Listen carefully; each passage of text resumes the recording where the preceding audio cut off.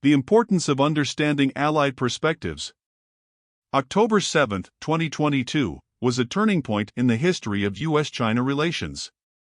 On that day, the United States enacted a new set of export controls designed to choke off China's access to the future of military artificial intelligence (AI) capabilities. In doing so, the October 7 regulations marked a reversal of nearly 3 decades of U.S. trade and technology policy toward China in at least 2 ways. First, rather than restricting exports to China on an end-use or end-user basis, the new regulations included many controls that applied to China as a whole. Second, the policy sought to degrade the peak technological capability of China's AI and semiconductor industries. 15 years ago, such measures would have been almost unthinkable. Though the end target of the October 7 export controls was China's military AI development, the means to that end was restricting U.S. exports of advanced semiconductor technology. As such, October 7 marks not only a turning point in geopolitical history, but also a turning point for the global semiconductor industry and the countries at the center of semiconductor value chains. Today, semiconductors are vital inputs not only to data centers and smartphones, but also to cars, critical infrastructure, military systems, and even household appliances like washing machines. As the global economy has become more and more digitized, it has also grown more and more dependent upon chips. It is for good reason that national security experts routinely declare semiconductors to be the new oil when it comes to geopolitics and international security.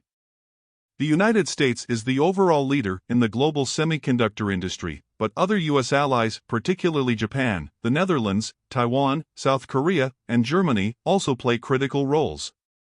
If other countries fill the gaps in the Chinese market left by the October 7 regulations, then the policy will most likely backfire.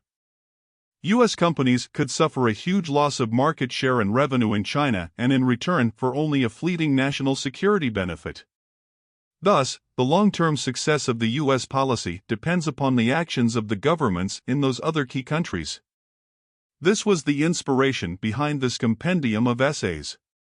Much has been written about the October 7 export controls in the United States, but too often the U.S. conversation suffers from a shortage of international perspectives, as well as a minimal understanding of the political and policy dynamics within those key U.S. allies. This compendium seeks to address that shortage.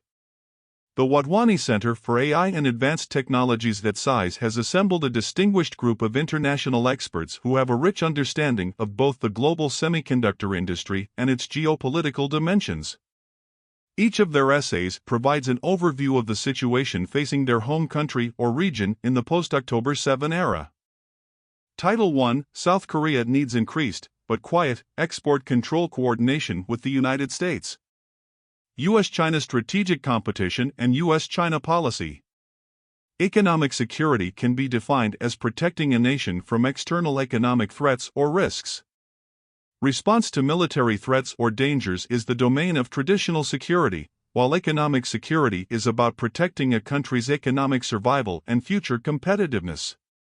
Disruption of supply chains threatens the survival of a country, while the fostering of advanced technology determines future competitiveness. Thus, economic security strategy mainly deals with supply chain policies and advanced technology policies as core fields. The goals of U.S. economic security policy are clear: to manage risk from China. In terms of supply chain resilience, it is about reducing dependence on China for critical goods, and in terms of the maintaining high-tech supremacy, it is about containing China's rise. This view consistently appears in speeches and white papers, including Secretary of State Antony J. Blinken's May 2022 speech titled "The Biden Administration's Approach to the People's Republic of China," the White House's National Security Strategy released in October 2022, and National Security Advisor Jake Sullivan's April 2023 speech at the Brookings Institution. The strategic approach of the Biden administration toward China can be summarized as invest, align, and compete. Invest means strengthening domestic production capabilities by investing in key items with high supply chain vulnerabilities. The Biden administration also emphasizes solidarity with friendly nations. Ultimately, the goal is to build a strong and resilient high-tech industrial base that both the United States and like-minded partners can invest in and rely on. Compete refers to realizing the American vision and maintaining a competitive edge over China, which challenges the US-led order. Specifically, the Trump administration's bipartisan export control, import control, and investment screening policies are designed to keep China in check as a competitor and simultaneously strengthen efforts to create a new, transparent, and fair international economic partnership for a changing world. In 2023, the United States began using the new phrase de-risking to describe its policy toward China.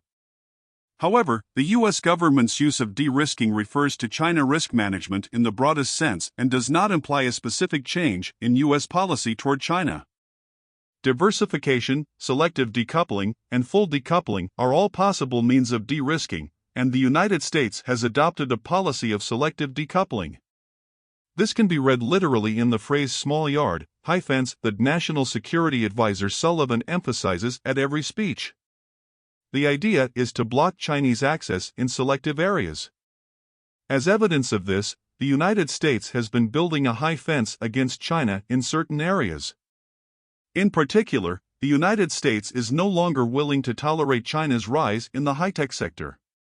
In a speech at the Special Competitive Studies Project Global Emerging Technologies Summit on September 16, 2022, Sullivan pointed out that the strategy of maintaining a certain gap with China is no longer valid and emphasized that the United States considers it a national security priority to widen the gap with China in certain science and technology fields as much as possible. Specifically, he mentioned computing-related technologies, biotechnology, and clean technology, but he also noted the strategic use of export controls. Indeed, the prevailing view among U.S. industry is that Sullivan's statement guides current export controls. Semiconductors, a key item for economic security. One of the defining features of the international order in 2023 is the strategic competition between the United States and China over economic security. Moreover, as Secretary of State Blinken noted in an October 2022 speech at Stanford University, technology is at the heart of U.S.-China strategic competition. China's rapid technological advancement has kept the United States on guard, and despite the various measures taken to date to keep China in check, the United States recognizes that China's technological strengths pose a threat to U.S. national interests. For example, the Great Tech Rivalry, China versus the U.S., published in December 2021 by the Belfer Center at Harvard University, with experts including Graham Allison, raises the possibility that China could overtake the United States in foundational technologies such as artificial intelligence, AI, 5G, quantum communications, semiconductors, biotechnology, and green energy in the next decade. Semiconductors are core components and a key enabler for these critical, emerging, and foundational technologies. Semiconductors are the quintessential dual-use product and have become one of the most important strategic assets for economic and national security. They enable nearly all modern industrial and military systems, including smartphones, aircraft, weapons systems, the Internet, and the power grid. Furthermore, semiconductors are at the heart of all emerging technologies, including AI, quantum computing, the Internet of Things, autonomous systems, and advanced robotics, which will power critical defense systems as well as determine economic competitiveness. Therefore, it is no exaggeration to say that the country that leads the world in advanced semiconductor research and development, R&D, design, and manufacturing will determine the direction of global hegemony.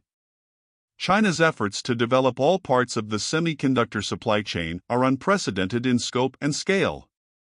This is why there is bipartisan support for the United States to revitalize advanced semiconductor manufacturing and research as well as to maintain an advantage over China.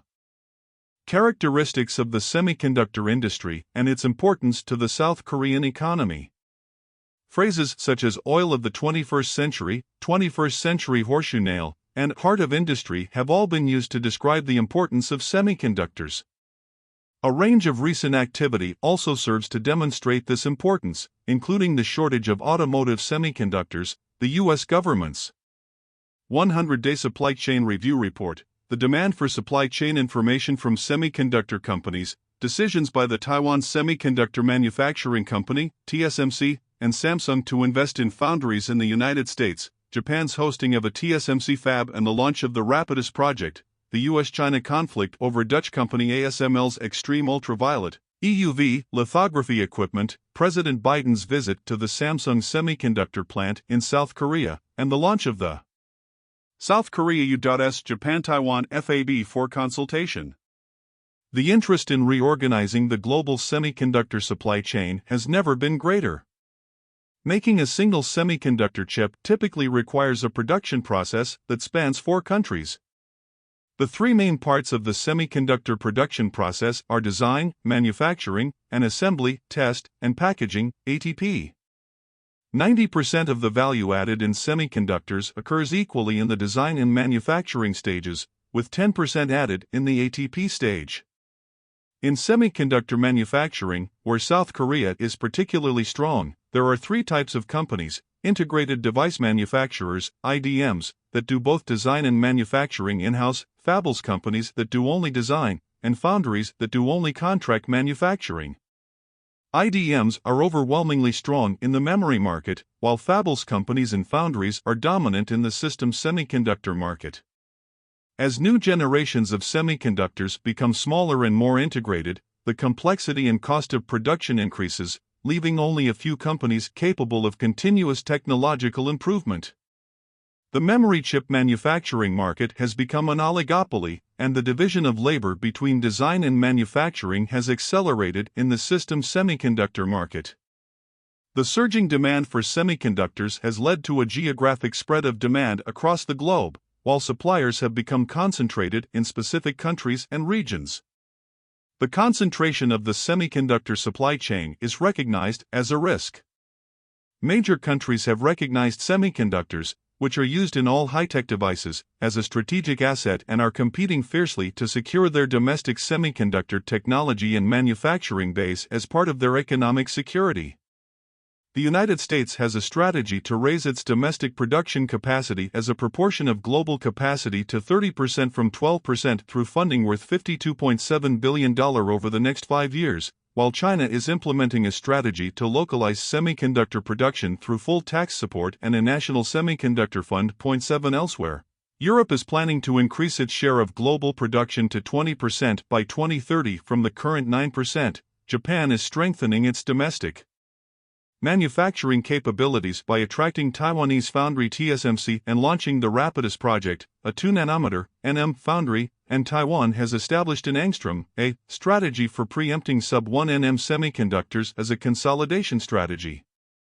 South Korea ranks second in global semiconductor production and first in memory production, and the semiconductor industry serves as a core sector, leading the national economy in various fields such as exports and investment. In particular, South Korea's semiconductor manufacturing capacity is 80% domestic and 20% overseas, generating most of the production and value added within the country and accounting for about 20% of total exports. In 2021, a particularly active year for investment, the industry generated KRW 52 trillion, $39.0 billion in investment, accounting for about 55% of the country's total manufacturing capital expenditure. In line with this, the government has strengthened the foundation for semiconductor growth by enacting a special law to protect and foster national high-tech strategic industries centered on semiconductors in August 2022, announced a $25 billion mega-cluster project in March 2023, and announced a Semiconductor Future Technology Roadmap in April 2023, declaring its intention to foster 45 core semiconductor technologies. Strengthening U.S. checks on China's semiconductor industry. Fundamentally, the South Korean government and semiconductor companies recognize that the demand for semiconductors will increase in the long term as the digital and green transformations accelerate, which will ultimately create opportunities for the South Korean economy. At the same time, however, the U.S. government's tightening of sanctions against China poses a major risk to South Korea's semiconductor industry. There have been 2 turning points in the U.S. government's sanctions against China's semiconductor industry.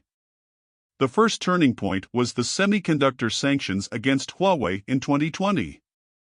After the enactment of the Export Control Reform Act and the Foreign Investment Risk Review Modernization Act in 2018, the United States focused its regulatory efforts on China's information and communications technology industry. The main targets were two 5G-related companies, Huawei and ZTE. In May and August 2020, the United States imposed semiconductor sanctions as part of its crackdown on Huawei. The U.S. Foreign Direct Product Rule prohibited any company from producing and providing semiconductors designed by Huawei and its subsidiary HiSilicon.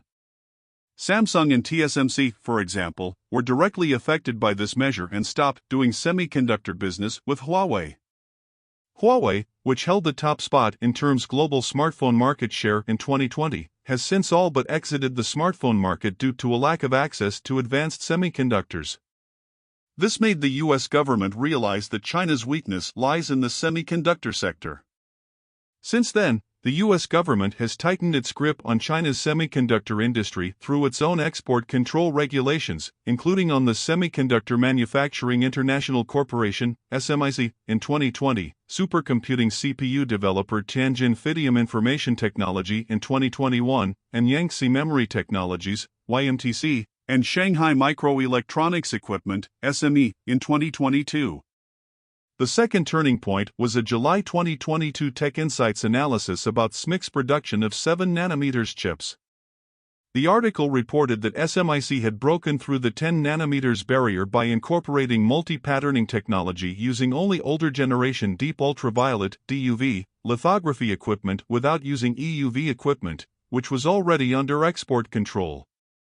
The U.S. government responded immediately.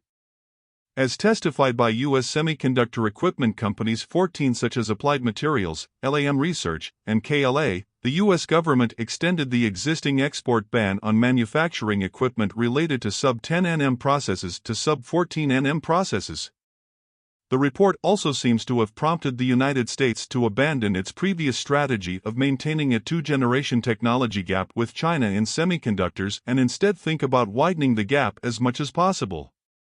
In August 2022, shortly after the news of SMIC's breakthrough, President Biden signed the CHIPS and Science Act into law. 1 month later, National Security Advisor Jake Sullivan gave a speech in which he stated that, for some technologies, the United States will no longer use sliding-scale dynamic controls but rather static controls that prevent China from acquiring technology beyond what it has already acquired. While most of the U.S. actions have been aimed at stopping China from catching up in the advanced semiconductor technology, South Korean semiconductor factories in China have also been affected. For example, in 2019, the United States blocked China from importing ASML's EUV lithography equipment, which is needed to manufacture advanced logic semiconductors below the 10 nm technology node. While the target was probably Chinese foundry SMIC, SK Hynix, which produces DRAM memory semiconductors in China, was also banned in November 2021 from importing the EUV equipment needed to manufacture next-generation DRAM. In recent years, the intensity of U.S. checks against China in the semiconductor sector has increased.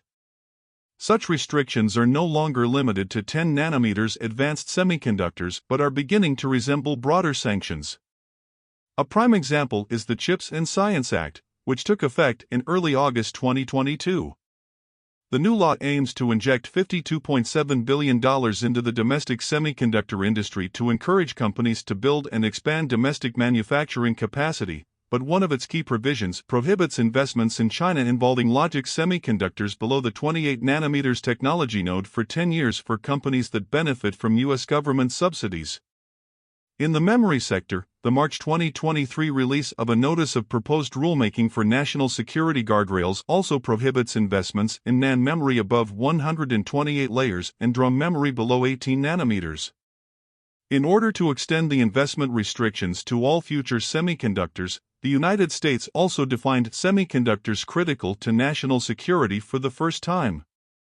This includes compound semiconductors, photonic semiconductors, and semiconductors for quantum communications. In summary, the U.S. measures appear to have been designed to allow China to grow to the level of technology it has achieved, but not beyond. The Chinese government strongly criticized the legislation, calling it a product of a Cold War approach with a zero-sum mentality. Another example is the United States' use of multilateral platforms. The United States also utilizes the Wassenaar Arrangement to contain China. On August 12, 2022, the U.S. Department of Commerce's Bureau of Industry and Security, BIS, added gallium oxide diamond, used in ultra-wide bandgap semiconductors, and electronic CAD software for integrated circuit development to its list of export-controlled technologies. These technologies were included in the list agreed to at the December 2021 Wassenaar Arrangement meeting and are part of the U.S. strategic effort to contain China's advances in semiconductor technology. In addition, the United States is seeking to designate advanced etching equipment needed to manufacture advanced NAND memory chips as a strategic item through the Wassenaar Arrangement. If this equipment is designated as an export control item, Samsung and SK Hynix, which produce NAND memory in China, could be severely impacted in their ability to produce next-generation products. In addition, the Netherlands and Japan have announced that they will impose export controls on DUV-related equipment in 2023, following persuasive efforts by the United States. If the equipment and materials needed for the sub-28 nm process, including DUV equipment, cannot be easily procured in China, South Korean semiconductor companies will no longer be able to manufacture semiconductors in China. The U.S. government's technical redline, South Korea's perspectives on the October 7 regulations. Number 1. How long can South Korea enjoy a reprieve from export controls? Given that China, including Hong Kong, accounts for 60% of South Korea's semiconductor exports each year, the most direct impact on the South Korean economy is the restrictions on the Chinese semiconductor industry announced by the BIS on October 7, 2022. This measure includes three main parts: new export controls targeting semiconductors of certain performance levels and supercomputers containing these chips, new controls targeting the activities of U.S. persons supporting China's semiconductor development and equipment used to manufacture certain semiconductors, and measures to minimize the short-term disruptions of these measures on the supply chain. The United States was concerned that the measures could impact the global semiconductor supply chain by causing immediate production disruptions for companies producing semiconductors in China. As a result, foreign companies producing semiconductors in China, Samsung, SK Hynix, and TSMC, were granted a one-year reprieve to utilize U.S.-made equipment and U.S. technicians. In other words, how long South Korean companies can continue to operate semiconductor factories in China depends on how long they are able to get a reprieve from the October 7 regulations. Given that granting the exception was a temporary action, it is not surprising that it could end at any time. No one knows for sure, but the clue may be found in Section 5949 of the United States National Defense Authorization Act for fiscal year 2023. This provision has two main parts. It prohibits certain Chinese semiconductor companies from participating in the U.S. government procurement market, and it also prohibits foreign companies whose products use certain Chinese chips as components from participating in the U.S. government procurement market. However, the timetable for implementation of these provisions offers a hint as to when exceptions to the October 7 regulations will end. Section 5949 first requires the Federal Acquisition Security Council to submit recommendations to minimize supply chain risks applicable to federal government procurement of semiconductor products and services, as well as suggestions for regulations implementing the restrictions, for which it provides a 2-year window. Then, within 3 years, specific regulations must be written to prohibit Chinese semiconductor companies from participating in U.S. government procurement markets, with implementation to begin 5 years later. In brief, whether and when the October 7 regulations are strictly enforced on South Korean fabs in China is likely to be tied to how the United States builds its diversification strategy and what specific rules it writes to reduce its dependence on China. In return, it will determine whether South Korean companies can continue to produce semiconductors in China. In the worst-case scenario, South Korea's semiconductor fabs in China will be forced to exit the country in 3 to 5 years when they need to upgrade their equipment. Number 2. Is the United States technical redline likely to change? South Korean companies are also interested in whether the U.S. technological redlines will change. As semiconductor technology advances, the definition of high technology changes. In fact, when the U.S. government enacted the CHIPS Act in August 2022, no memory-related technical redlines were announced, and in logic semiconductors alone, investments in Chinese production facilities below the 28 nanometers technology node are prohibited. On October 7, the BIS export control regulations set technical red lines for NAND memory above 128 layers, for DRAM below 18 nanometers, and for logic FinFET and GAFET technologies.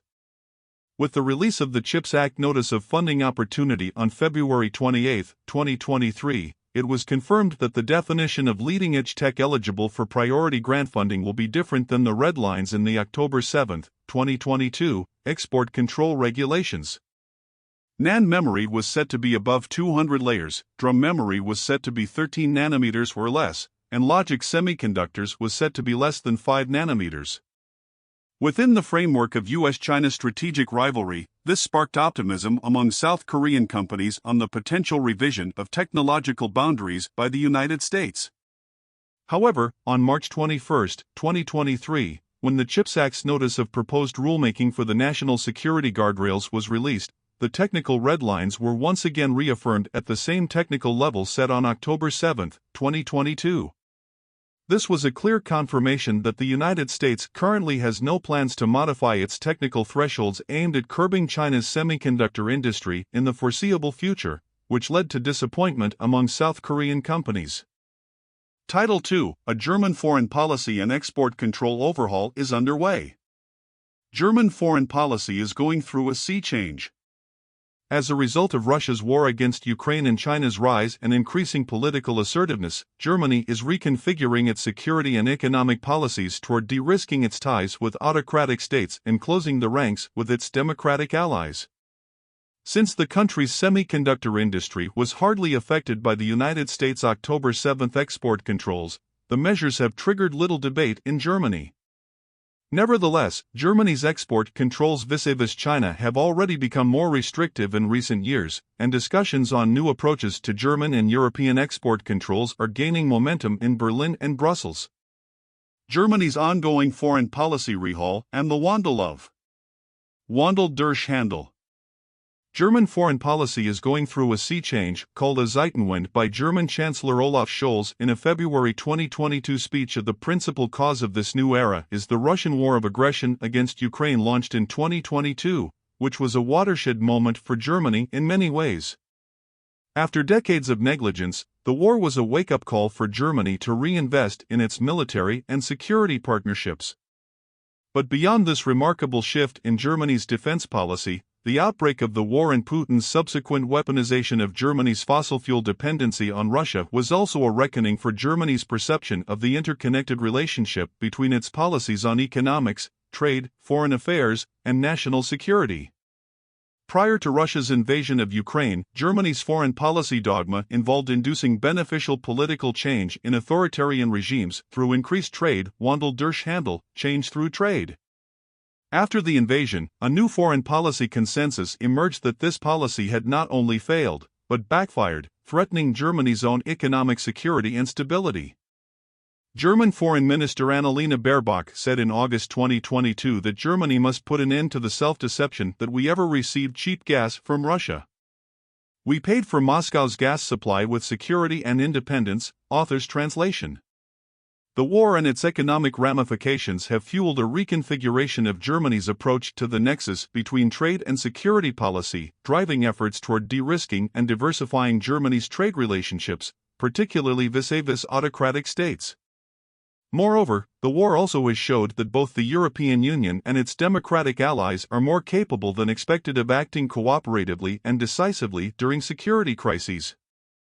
The Allied response has also showed that Western economic and technological strongholds are key assets to degrading the economic and military capacity of an aggressor through decisive and coordinated sanctions.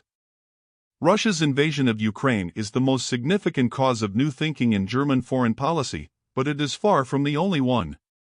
The COVID-19 pandemic revealed that a lack of resilience and diversity in key supply chains, such as medical products or semiconductors for Germany's automotive industry, is a significant risk for economic and political stability. Additionally, the change in leadership in both Germany and the United States brought about a new era in U.S.-German relations. U.S.-German relations had suffered significantly during the Trump administration and were arguably at the lowest point in decades, but relations quickly improved once President Biden was elected. Even before the 2022 invasion of Ukraine, there was clear rapprochement between Germany and the United States. The compromise over the controversial Nord Stream 2 pipeline, struck in July 2021, while Angela Merkel was still chancellor, was a clear signifier of improving U.S.-German ties. However, from a German perspective, it is the Biden administration's handling of Russia's war and U.S. cooperation with Germany and key allies in response to the war that has had the most significant positive impact on U.S.-German relations. Close transatlantic cooperation in the development and enforcement of sanctions against Russia and Belarus, and even more importantly on weapons delivery to Ukraine, has fueled the rebuilding of trust and close cooperation. In particular, the German government appreciates that the Biden administration has avoided public criticism of German decisions and has given Berlin some room for maneuvering even when decisions have been controversial and may have affected the United States, including Scholz's reluctance to deliver Leopard tanks to Ukraine unless the United States similarly contributed Abrams tanks. Meanwhile, there is strong alignment on key security topics such as the conditions and timeline for Ukraine's NATO accession. Although there is some fundamental skepticism toward certain U.S. hegemonic policies, as well as a residual level of distrust toward the United States across several parties and at the working level in German ministries, the U.S.-German relationship is arguably in the best shape of all of Germany's key relationships with allies at the moment. And crucially, beyond improved trust and closer cooperation on European security matters, there are also clear signs of greater alignment regarding China policies, exemplified by Germany's increasing military presence in the Indo-Pacific announced in June 2023 by German Defense Minister Boris Pistorius. More importantly, Germany's first China strategy, published in July 2023, shows a clear shift in Germany's China policy and a clear positioning of Germany on the U.S. side in the U.S.-China rivalry. The policy states that Germany's security is founded on the further strengthening of the transatlantic alliance and our close partnership, based on mutual trust, with the United States. China's antagonistic relationship with the United States runs counter to these interests. Germany's view on China, also long characterized by the Wandel-durch-Handel dogma under various Merkel governments, had already evolved toward greater skepticism during the later parts of Merkel's reign. The Chinese acquisition of German robotics leader KUKA in 2015 led to growing awareness and concerns in German politics about Beijing's ambitions to become the global powerhouse of future technologies. As a result, Berlin pushed the European Commission to launch an EU-wide investment screening mechanism, which was then introduced in the European Union in 2019. Also in 2019, the Federation of German Industries called upon Germany and the European Union to counter problems with the state-dominated Chinese economy and first coined the language that China represented both a partner and systemic competitor to Germany and Europe. This concept, that China is at once partner, competitor, and systemic rival, then featured centrally in the European Commission's strategic outlook on China in 2019 and became an EU mantra for engaging with China. And although Merkel still pushed through an EU Principal Agreement on Investment with China, the Comprehensive Agreement on Investment (CAI), at the end of 2020, despite wide criticism including from the Biden administration, the CAI's ratification was put on immediate hold as part of the Scholz government's coalition agreement. As a result, increasingly difficult conditions for German companies in China, Beijing's greater assertiveness in foreign and trade policy, including economic coercion against Lithuania in 2021 and the change in German government in 2021 have led to significant changes in Germany's views of and policy toward China, culminating in the Scholz government's China strategy. The China strategy clearly spells out, for the first time, many of the risks China and its policies pose to Germany's security and economic development, as well as the global order. It emphasizes that although the German-Sino relationship remains a combination of partnership, competition, and systemic rivalry, China's conduct and decisions have caused the elements of rivalry and competition in our relations to increase in recent years. It is hence the stated goal of the Scholz government to de-risk and diversify from China in critical areas and to work together closely within the European Union and with allies to foster innovation and strengthen supply chains in key technologies, protect critical infrastructure, and prevent the drain of security and human rights-sensitive technologies to China. Green technologies, telecommunications, semiconductors, and artificial intelligence (AI) are specifically mentioned. Germany's export control policy to date, semi-restrictive, multilateralist, and human-centered. Germany's export control policy has for a long time been somewhat particular. For historic reasons, weapons exports generally, similar to the defense industry, have been perceived rather critically by broad parts of the German population and across most political parties. This is particularly true for the parties left of center, such as the Social Democratic Party, the Greens, and the Left. Accordingly, German export control policy with regards to conventional weapons exports has been comparatively restrictive for decades.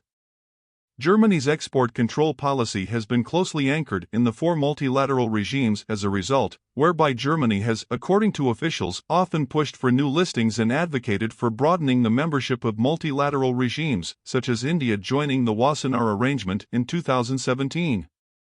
As noted in Germany's China strategy, the German government generally has interpreted the EU arms embargo against China strictly and will continue to do so. The embargo has been in place since 1989 as a result of the violent suppression of protests in Beijing's Tiananmen Square. As a result, conventional weapons exports from Germany to China have been largely restricted for decades and will certainly not become less restrictive under the current Scholz government. But in recent years, beyond conventional weapons exports, exports of dual-use items to China have also become more restricted. According to private sector representatives, licensing applications for dual-use exports to China are being scrutinized more closely by the Federal Ministry for Economic Cooperation and Development, and fewer licenses are being granted. German officials interviewed for this project confirmed that German dual-use export control policy toward China has become more restrictive since 2018.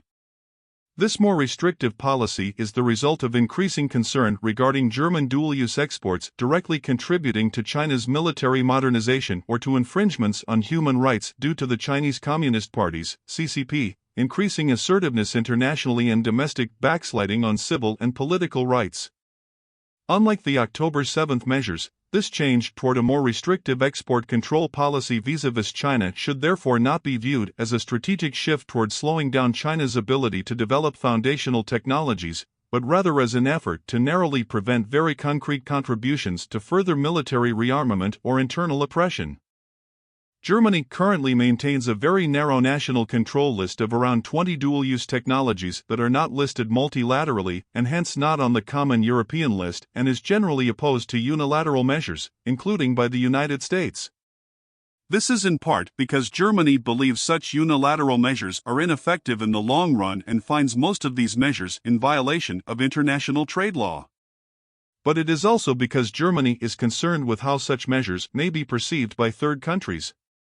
For Germany, one of the key values of adhering closely to multilateral agreements and export control lists, rather than implementing national or minilateral measures, is the legitimacy multilaterally agreed restrictions have in countries that are not members of these regimes. There remains great concern in the current German government that new unilateral or minilateral measures would feed into the narrative spun by China that the West is seeking to contain the technological development of developing countries through export restrictions. Given the importance the Scholz government has attributed to working more closely with countries in the Global South and avoiding any further alienation, any non-multilateral export control measures aimed at China must be weighed carefully against the damage such measures may have on relations with developing countries. Germany's role in the semiconductor supply chain, chips for das Auto and supplying the suppliers. Germany's semiconductor industry is one of the largest in Europe. It is also home to the largest regional cluster in Europe, dubbed Silicon Saxony. Below is a brief overview of companies headquartered in Germany that are active in the semiconductor value chain. Semiconductor suppliers: Infineon, Germany's largest integrated device manufacturer, IDM, and semiconductor supplier, focuses mainly on power semiconductors, microcontrollers, and analog chips. It is among the leading automotive chip suppliers globally. Another example of a semiconductor supplier is Bosch, which focuses on automotive chips, sensors, and microelectromechanical systems. 23 Beyond these two companies, Germany's semiconductor supplier ecosystem is dominated by smaller players such as Elmos, Automotive Chips, and Semiconductor, Power Semiconductors, among others.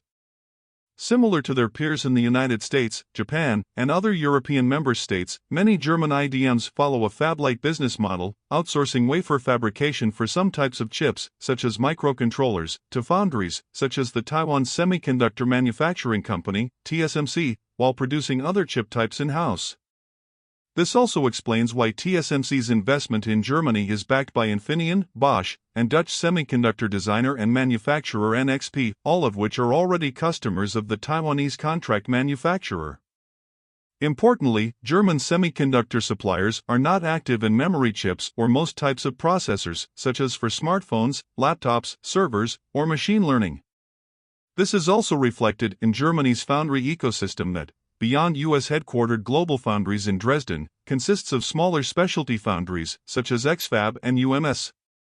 Equipment suppliers, with companies such as Aixtron, APNS, SSS Microtech, and Zeiss. Germany is home to several semiconductor manufacturing equipment (SME) suppliers for wafer and photomask fabrication as well as back-end manufacturing, assembly, test, and packaging.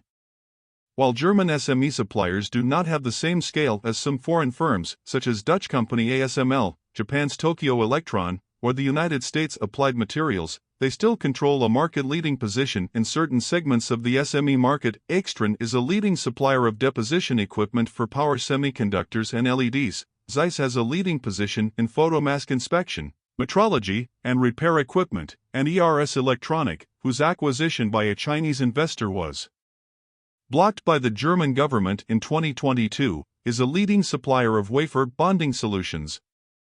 Component suppliers. One of the strong suites of Germany's semiconductor ecosystem is equipment component suppliers, companies that develop parts, subsystems, and components for SME suppliers and fabs. Some of the more well-known examples include Zeiss developing and manufacturing the projection optics for ASML's lithography machines and Trump supplying the laser for ASML's extreme ultraviolet (EUV) lithography machines. But beyond these often cited examples are many smaller, lesser-known German component suppliers with strong market positions in their respective niches. Examples include Berliner Glas, acquired by ASML, Fein Metal, Fitic, Genoptic, Nynomic, Physik Instrument, Pink, and Pfeiffer Vacuum, among others, often with substantial business in China. Chemical, material, and wafer suppliers. Because of its long history in chemistry and materials sciences, Germany is also home to large semiconductor-grade chemical suppliers, such as Merck KGaA, BASF, and Wacker Chemie. German Siltronic is among the leading silicon wafer suppliers globally. Its planned acquisition by Taiwanese competitor Global Wafers was denied by the German government in 2022. Impact of October 7 on Germany and near miss. The impact of the October 7 controls on Germany's semiconductor industry was rather limited, mainly for three reasons. First, as mentioned before, German semiconductor suppliers are not producing high-performance processors nor the AI accelerators that were impacted by the U.S. controls, if the German supplier also has U.S. content in their products. As an example, the U.S. export controls were not even discussed in Infineon's investor call on November 16, 2022. Second, German chemical and material suppliers were largely unaffected because the controls did not extend to these technologies. As an example, German wafer supplier Siltronic stated in its investor call on October 28, 2022, that it studied the new U.S. export rules and the impact to their China activities in great detail and emerged without any negative implications. Third, while there was the potential for some impact on German equipment and component suppliers, this was quite limited, especially in comparison to their Dutch peers, such as ASM International. This is partially because the types of equipment or components produced by these companies are not addressed by the controls or because these companies' production and research takes place outside of the United States. In essence, while German companies, especially the ones with production or research and development in the United States, were certainly scrambling to understand the potential impact of U.S. controls, there has not been a lot of impact so far, particularly compared to South Korean memory chip suppliers or Japanese and Dutch equipment suppliers. Deafening silence, reactions to October 7th by policymakers and businesses. Because most of Germany's semiconductor technology suppliers were not directly or substantially impacted by the U.S. controls and the subsequent and complementary measures by the Netherlands and Japan, public reactions from policymakers, businesses, and industry associations as well as from think tanks have been almost non-existent. For comparison, the reaction to the U.S. Inflation Reduction Act included hearings in the German parliament, assessments and policy recommendations from leading German industry associations and think tanks, and substantial media coverage. This starkly contrasts with the October 7th controls. While there has been some media coverage, the various industry associations have stayed quiet, there have been no parliamentary hearings, and think tanks have published limited public analyses even at the European level. However, some German semiconductor technology suppliers have seemed to de-risk by accelerating an in China, for China business strategy, potentially as a reaction to the October 7th controls. This is something that the U.S. Semiconductor Industry Association warned against in their public comment to the U.S. Department of Commerce's Bureau of Industry and Security, stating that the combination of uncertainty driven by complexity leads foreign companies to often design out or avoid U.S. origin or U.S. company-branded content to de-risk. Merck is a useful example among many. The company recently stated that they are trying to limit imports of important raw materials from other countries into China, especially from the U.S., instead seeking to create a China for China approach, so that also the vast majority of products we are going to produce in China is actually supposed to be for the Chinese market. The future of German export control policy: more European, more minilateralist, and more restrictive?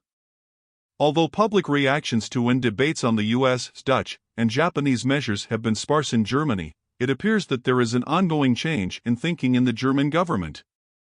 This change in thinking related to export controls seems to have largely resulted from engagement within the G7, where economic security and export controls featured prominently under the 2022 Japanese presidency, development of Germany's China strategy, and accelerating EU discussions on economic security and export controls. Three trends can be observed when looking to the future of German export control policy. First, to German government representatives and officials, the Dutch decision, which was interpreted by officials to be primarily the result of U.S. pressure, according to interviews for this project, has illustrated that European coordination and solidarity in export control policy must be improved so that individual member states are less exposed to external pressure. Although the 2021 EU export control regulation significantly improved coordination of measures between member states, there appears to be an acknowledgement in German ministries that it would serve Germany and the European Union's interests to develop a more coherent approach among member states. This would not only strengthen member states' positions vis-a-vis third countries such as the United States and China but also improve the effectiveness of European export controls. Second, within Germany's China strategy, the Scholz government specifically acknowledges that China's military-civil fusion policy must be taken into account in Germany's export control policy. To the author's knowledge, this was not a publicly stated consideration previously in German export control policy and could hint at a more restrictive export control policy vis-a-vis China that may also cover items that are less immediate inputs to final defense technologies. Interestingly, the China strategy also mentions that longer-term security risks for Germany, the EU and their allies, created by the export of new key technologies require an adjustment of national and international export control lists. This is particularly interesting because this wording reflects parts of the Dutch government's justification for its controls on advanced semiconductor manufacturing. Furthermore, this wording and justification could certainly be interpreted as a nod to the fact that economic security considerations, longer-term security risks, should now play a role in European export control policy. At the very least, it suggests that security risks have grown in regards to China and certain technologies. Third, there is an acknowledgement in Germany that multilateral regimes, such as the Wassenaar Arrangement, are currently not sufficiently functional. Importantly, Germany does not attribute these problems just to Russia's membership but also to other dynamics at play, including time-consuming decision-making processes that fail to keep pace with technological developments. While there is consensus in Germany and the European Union that the Wassenaar Arrangement and the three other regimes must remain the central pillars of German and EU export control policy because of the effectiveness of multilateral export control regimes and the legitimacy these regimes have internationally, discussions are currently ongoing in Germany on how these multilateral regimes can be improved and, where necessary, complemented without further undermining them. What these improvements and complementary measures should look like from Germany's perspective is not currently clear. But based on Germany's China strategy, it appears that Germany does see a strengthened cooperation in the field of export controls between the G7 and further partners as one path to improve Germany's security and reduce risks emanating from China. Title 3: Japan embraces its strategic indispensability in alliance with the United States. In the 1980s, Japan's semiconductor industry held a 50% share of the global market. However, in the US-Japan trade friction, Japanese semiconductors were criticized for being supported by unfair government spending, which lasted 10 years after the US-Japan Semiconductor Trade Agreement was implemented in 1986. The semiconductor industry in Japan has been in decline since then and currently holds only a 10% share of the global market. In order to recover from this decline, the Japanese government began making major moves in 2021 to reinvigorate the semiconductor industry. These moves were triggered by COVID-19, which led to semiconductor supply shortages and significantly impacted various economic activities. Furthermore, the 2022 Russian invasion of Ukraine, in Japanese minds, has suggested that there is a possibility of a Taiwan contingency that could have serious impacts on the global semiconductor supply chain. However, although there are calls in Japan for the revitalization of the semiconductor industry, the issue has not been discussed in conjunction with security concerns, namely the rise of China's military. China's military rise has been recognized in Japan in terms of pressure in the gray zone over the Senkaku Islands and issues related to a Taiwan contingency, but the improvements in China's military capabilities have been largely perceived as inevitable and related to China's technological development. In this context, the tightening of U.S. restrictions on semiconductor exports to China in October 2022 came as a great shock to Japan. Even though the White House had provided the information several weeks prior to the announcement, the fact that the announcement did not give enough time to scrutinize the impact of the measure was a surprise to the Japanese community. However, the October 7 measures provided some relief to the Japanese semiconductor industry because they only limited advanced semiconductors at the 14 and 16 nanometer nodes or narrower, which are not manufactured in Japan. Review of Japan's semiconductor strategy. Japan's semiconductor policy has been characterized as a state-oriented policy since the success of the Ultra-LSI development project in the 1970s made Japan a semiconductor superpower surpassing the United States. This success created an illusion that if Japanese companies worked together to develop an industrial strategy, Japan's advantage would be rock solid. Therefore, even after the 1986 Japan-US Semiconductor Trade Agreement, the semiconductor strategy continued under the leadership of the Ministry of Economy, Trade and Industry, METI, at the time known as the Ministry of International Trade and Industry, and all Japan projects such as Asuka and Mirai were launched. However, these projects were not successful because the semiconductor manufacturing companies did not send their best personnel to the projects and instead looked to their competitors. One of the reasons for the failure of this semiconductor strategy was the failure to recognize structural changes in semiconductor manufacturing driven by the industry's bifurcation into design and manufacturing with the advent of the Taiwan Semiconductor Manufacturing Company, TSMC, and the development of the Global Horizontal Division of Labor. Even amid these structural changes, Japan has maintained vertical integration. The semiconductor sector was treated as a part of the electronics industry. Furthermore, amid strong competition, companies were not able to substantially invest in the semiconductor sector, which accounted for only a part of their businesses. As a result, it was not realistic for a single company to continue to cover the huge amount of capital required, and such depressed capital investment could no longer keep pace which resulted in Japan losing its global competitiveness in semiconductors. In order to rebuild the industry, the Japanese government decided to restructure its semiconductor strategy in the 2020s. For one thing, Japan will strengthen its competitiveness in areas where it still has strengths, such as semiconductor manufacturing equipment and materials, and in 2021, the Advanced Semiconductor Manufacturing Act was enacted to provide subsidies to the semiconductor industry.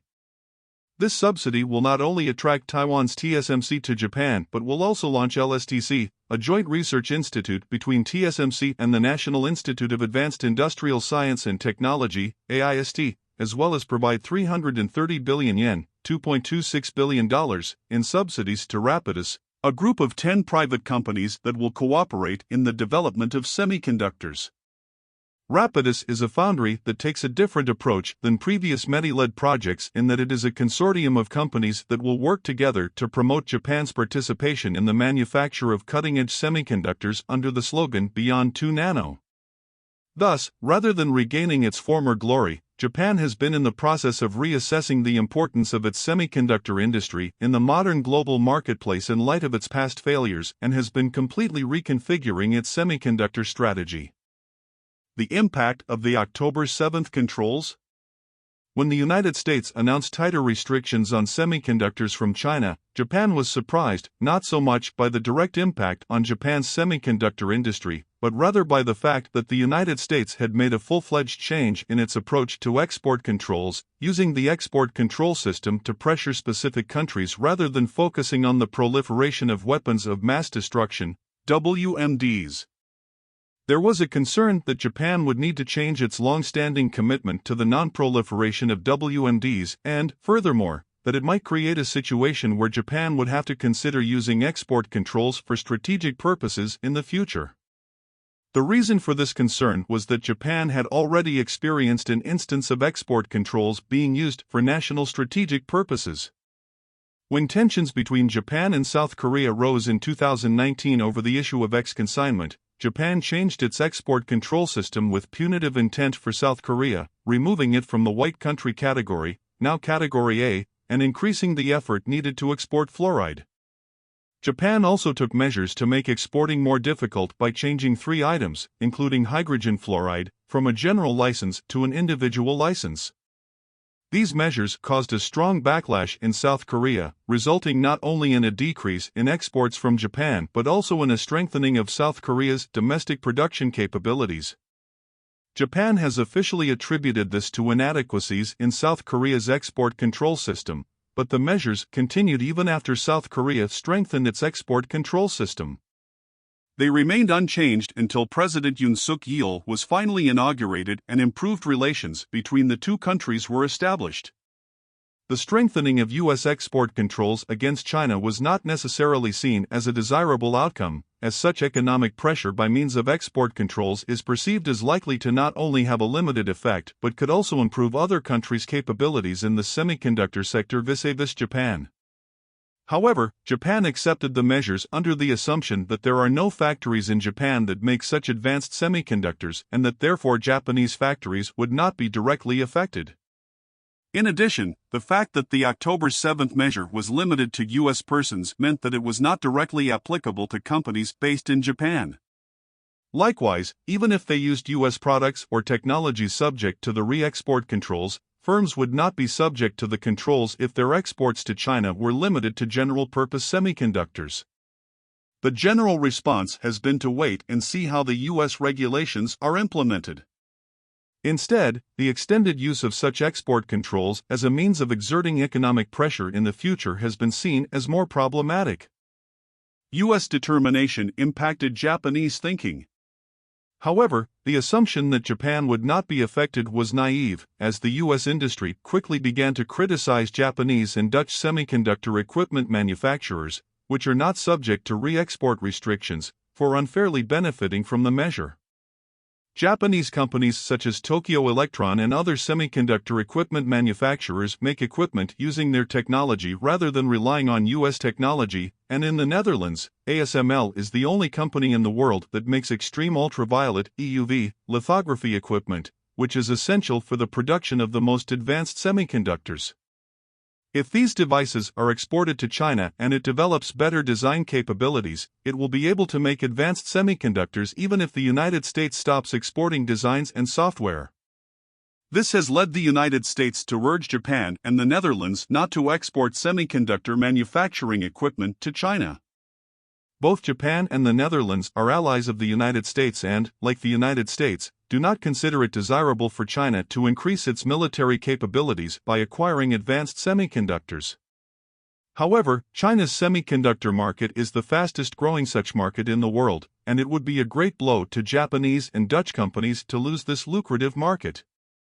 Although the United States emphasized that it was only regulating advanced semiconductors in China and not legacy or foundational semiconductors, both Japan and the Netherlands were hesitant to restrict the interests of private companies for political purposes.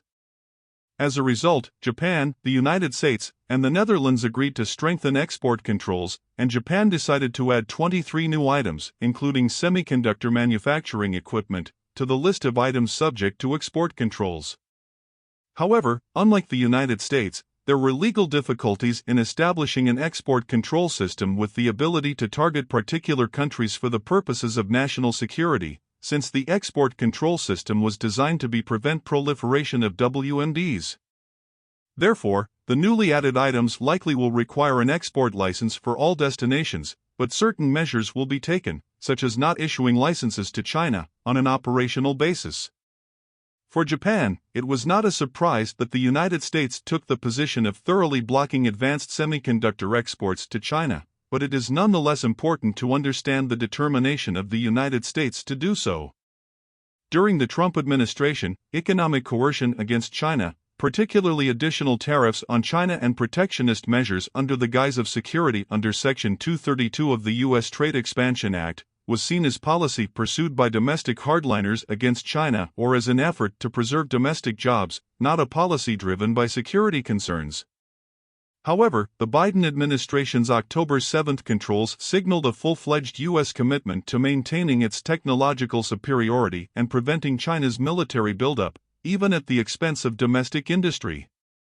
Reactions in Japan.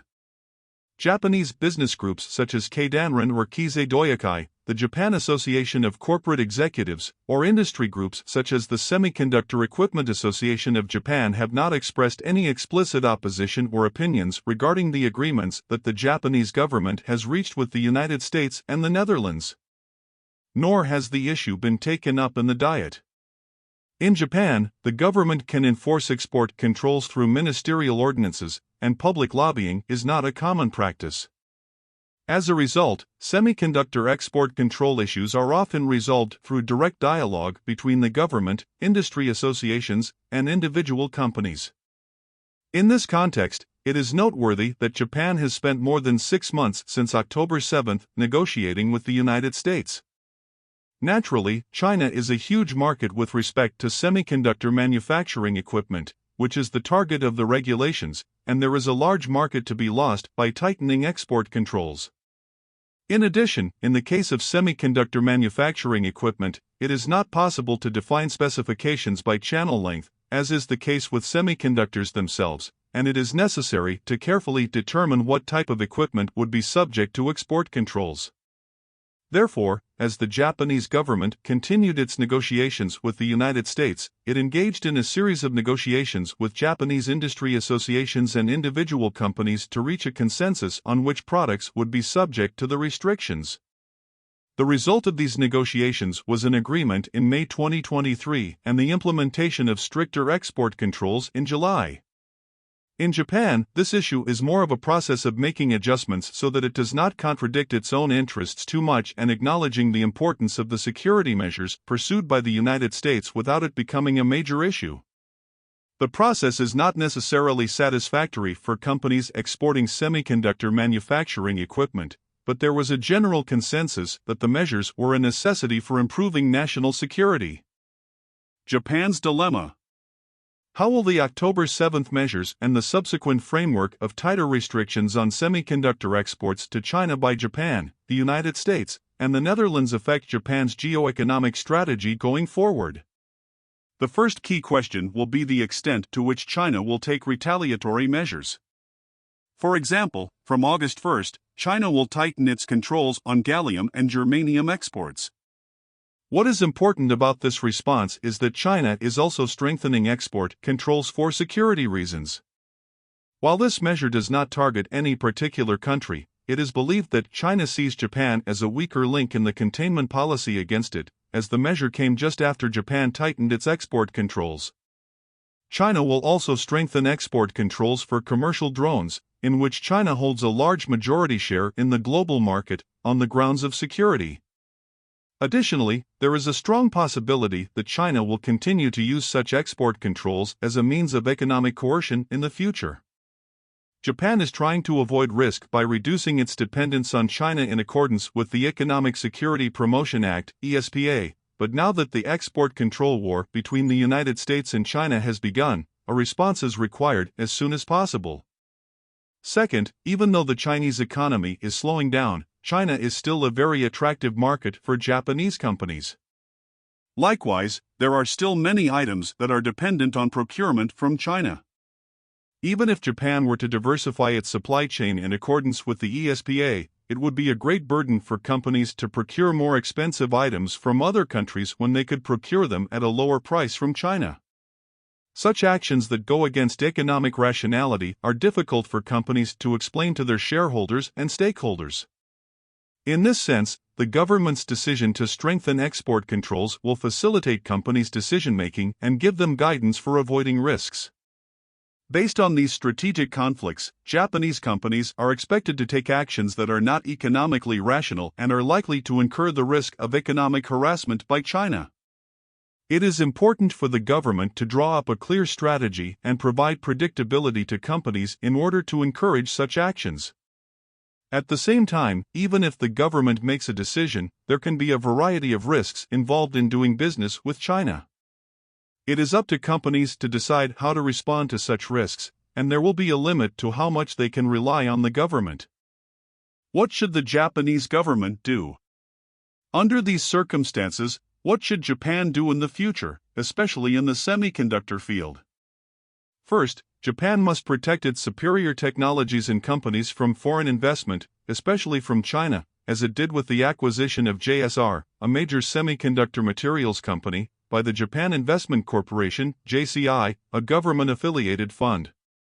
To this end, in addition to investment screening based on the current foreign exchange and foreign trade law, Japan should also consider the introduction of an investment screening system similar to the U.S. Committee on Foreign Investment in the United States, CFIUS, as well as measures such as delisting, as was the case with the acquisition of JSR.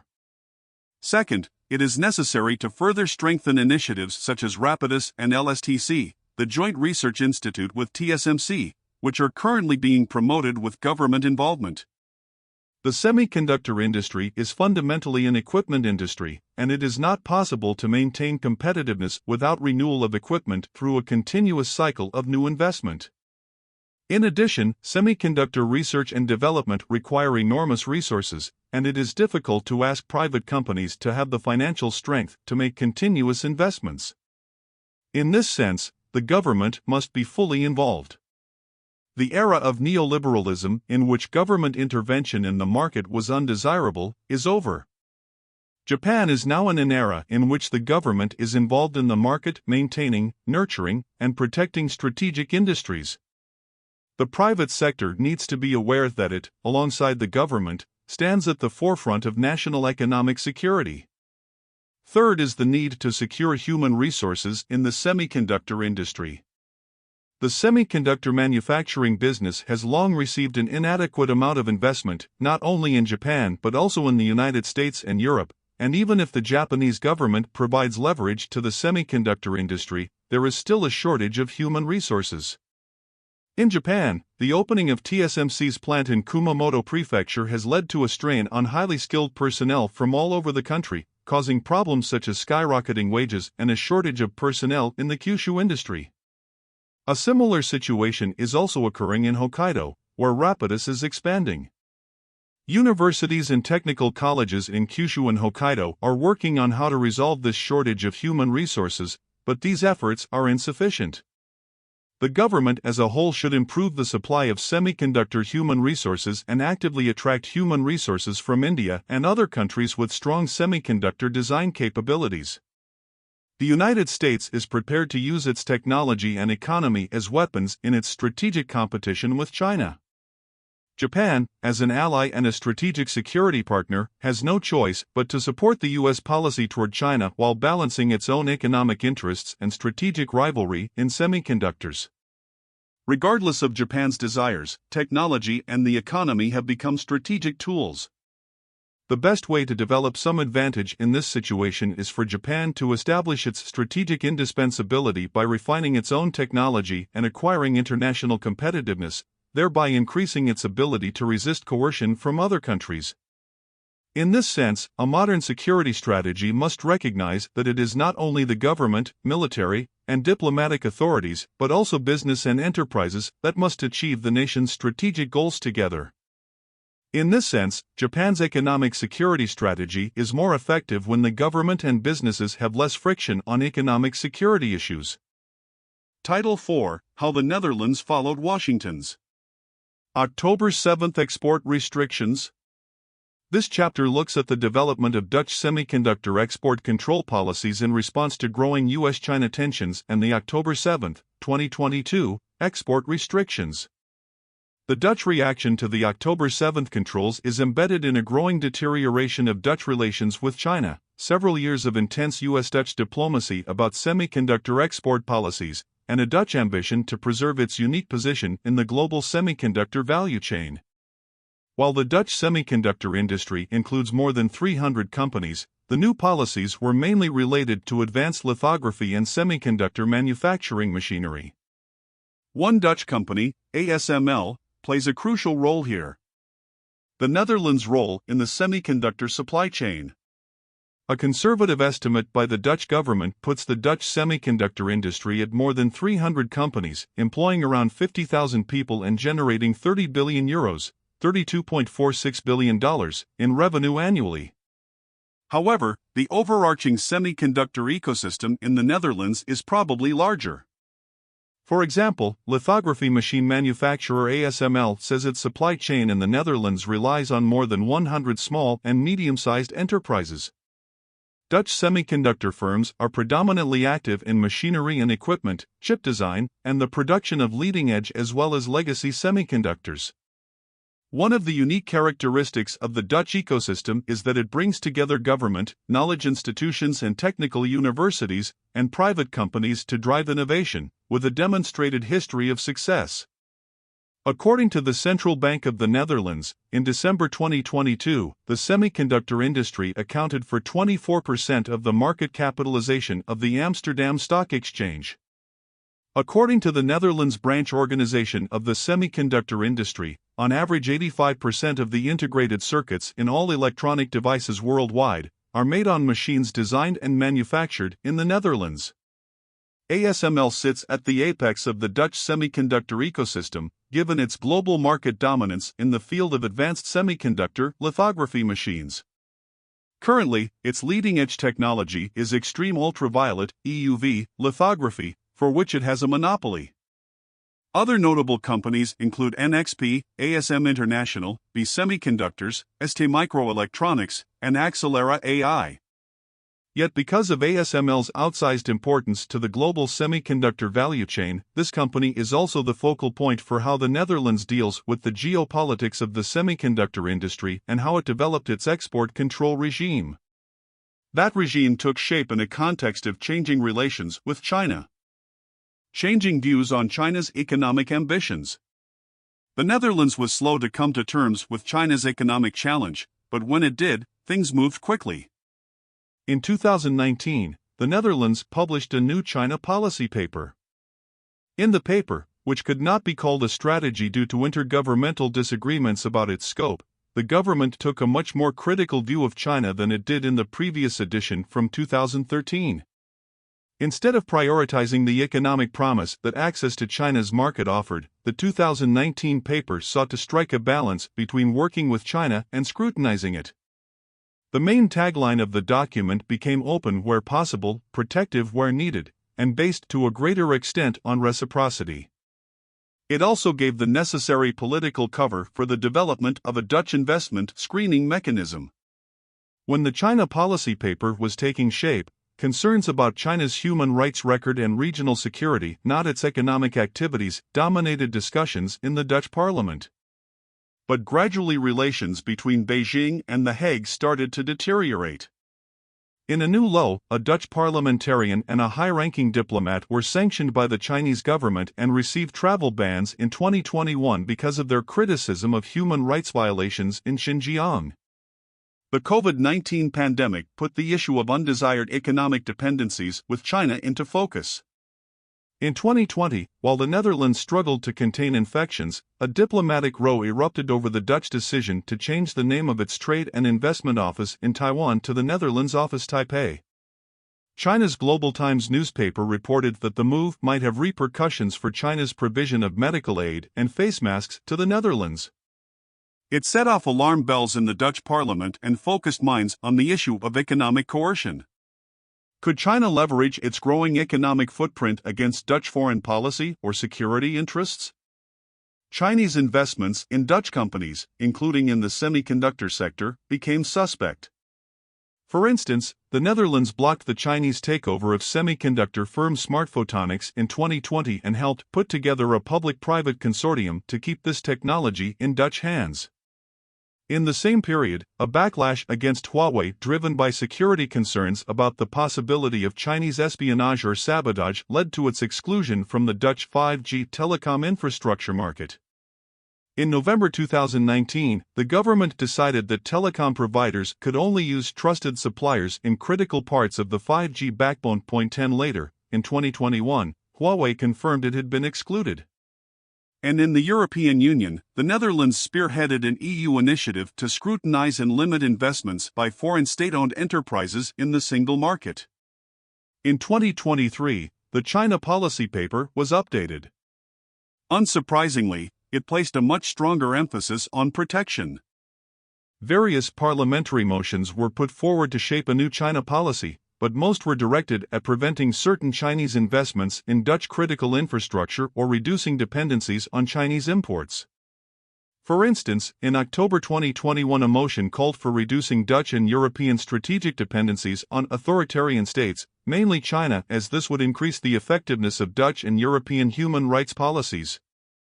The following month, Parliament adopted a motion calling for an ambitious plan to reduce the dependency of Dutch consumers and producers on China. And in May 2023, a cross-party motion called for greater government action, including a credible timeline, to reduce Dutch exposure to problematic dependencies in critical materials, chips, semiconductors and high-tech products from China. De-risking, if not decoupling, was widely embraced by the Dutch parliament, but it was focused on Chinese inbound investments and dependencies on Chinese imports, not on Dutch exports that could give China a strategic industrial edge. That would change with U.S. action. Initial responses. The October 7 measures had an impact on Dutch companies, particularly ASML. U.S. employees of Dutch semiconductor firms were covered by the new legislation, as was U.S. content in semiconductor technologies used by Dutch semiconductor firms. This meant that their products became susceptible to export restrictions. A number of Dutch companies, such as ASML, ASM, and NXP, were affected further because they have U.S. subsidiaries. ASML generates approximately 15% of its revenue in China. In response to the U.S. measures, the company has transferred some of its repair and maintenance activities to China. This allows it to continue to service the lithography machines that it has previously sold to Chinese customers. But there is no doubt that the U.S. measures have had a chilling effect on ASML's business in China. Across the political spectrum, there is wide-ranging interest in the new U.S. regulations. In mid-October, the government organized a confidential briefing for Parliament on the new measures. But already in September 2022, when news was starting to spread about pending U.S. export controls on semiconductors, questions were being asked in the Dutch Parliament. the pro-EU party Volt Netherlands asked the Ministers of Foreign Affairs, Economic Affairs, and International Trade whether new U.S. export controls would influence Dutch and European digital autonomy, and therefore needed to be assessed on its geopolitical merits, which is one component of the European Union's ambition to develop its economic strategic autonomy. In a separate note, Volt Netherlands complained that the October 7 export controls served U.S. interests and unduly damaged ASML without giving the company adequate compensation. Instead, the party called for a stronger and more coherent European approach to semiconductors. It reflected earlier criticism by some academics who suggested that the Netherlands was becoming increasingly vulnerable to U.S. extraterritorial legislation in high-tech fields. In December 2022, ASML CEO Peter Wennink was critical of the new U.S. export restrictions. He said that ASML had already paid a price by no longer being able to export its most advanced EUV lithography machines to China and that restricting less advanced deep ultraviolet (DUV) immersion technologies would go a step too far. He also said that EUV export restrictions were benefiting U.S. semiconductor firms that were still able to trade with China and that DUV technology had already proliferated widely, including to China. Meanwhile, the Dutch government was mulling over its response. No export licenses for EUV technology. The Dutch response to the October 7 controls cannot be understood without giving due regard to the previous years of U.S.-Netherlands cooperation on semiconductor export policy. In the run-up to October 7, the Biden administration had continued the Trump administration's earlier campaign to restrict ASML's export of lithography machines to China. EUV machines are covered by the Wassenaar Arrangement. In late 2018, under the terms of the arrangement, ASML asked for an export license for 2 EUV machines to China. The intended customer was most likely the Semiconductor Manufacturing International Corporation, SMIC, which the United States would later designate as a military end user and add to its entity list. Because the United States is member to the Wassenaar Arrangement, it received information of the intended sale. The United States initially tried to block the sale itself, but the content requirement that would allow the United States to do so was not met. A number of rounds of diplomacy between the Netherlands and the United States followed.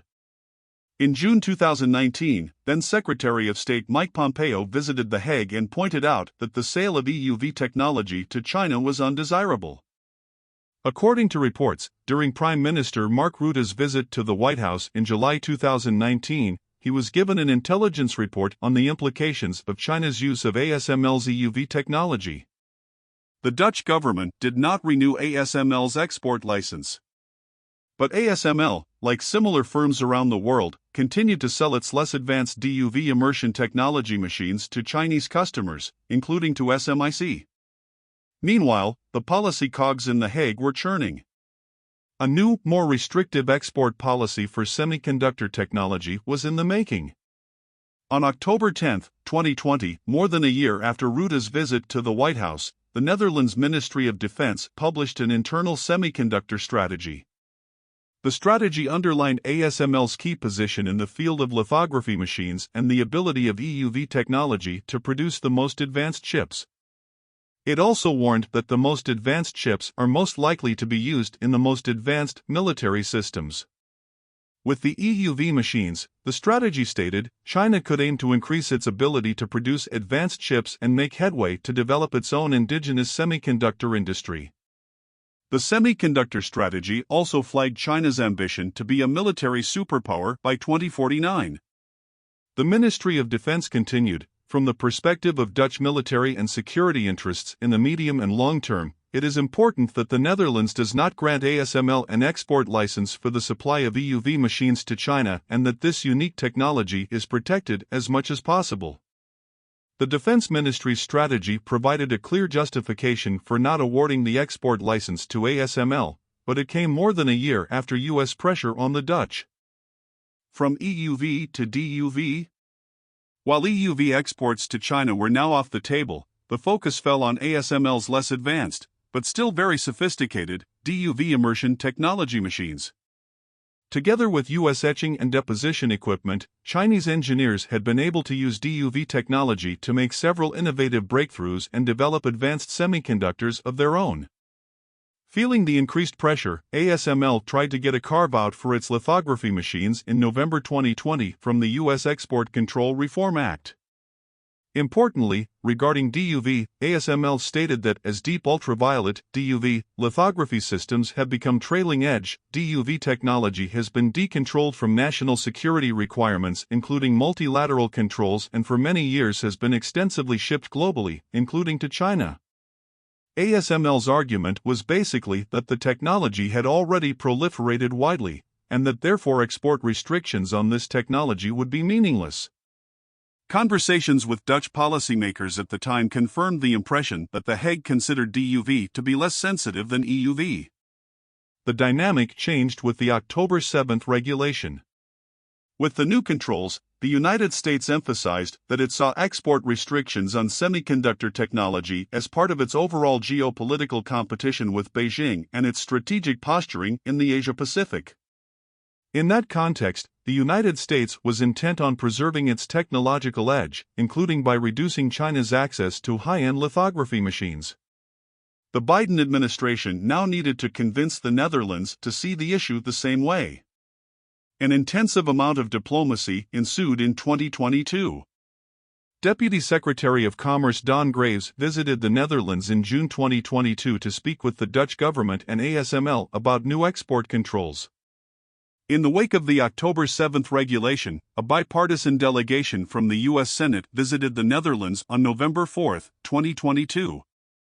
According to Prime Minister Mark Rutte's social media feed, their discussions included stability in the Indo-Pacific, which makes it highly likely that semiconductor supply chains were discussed.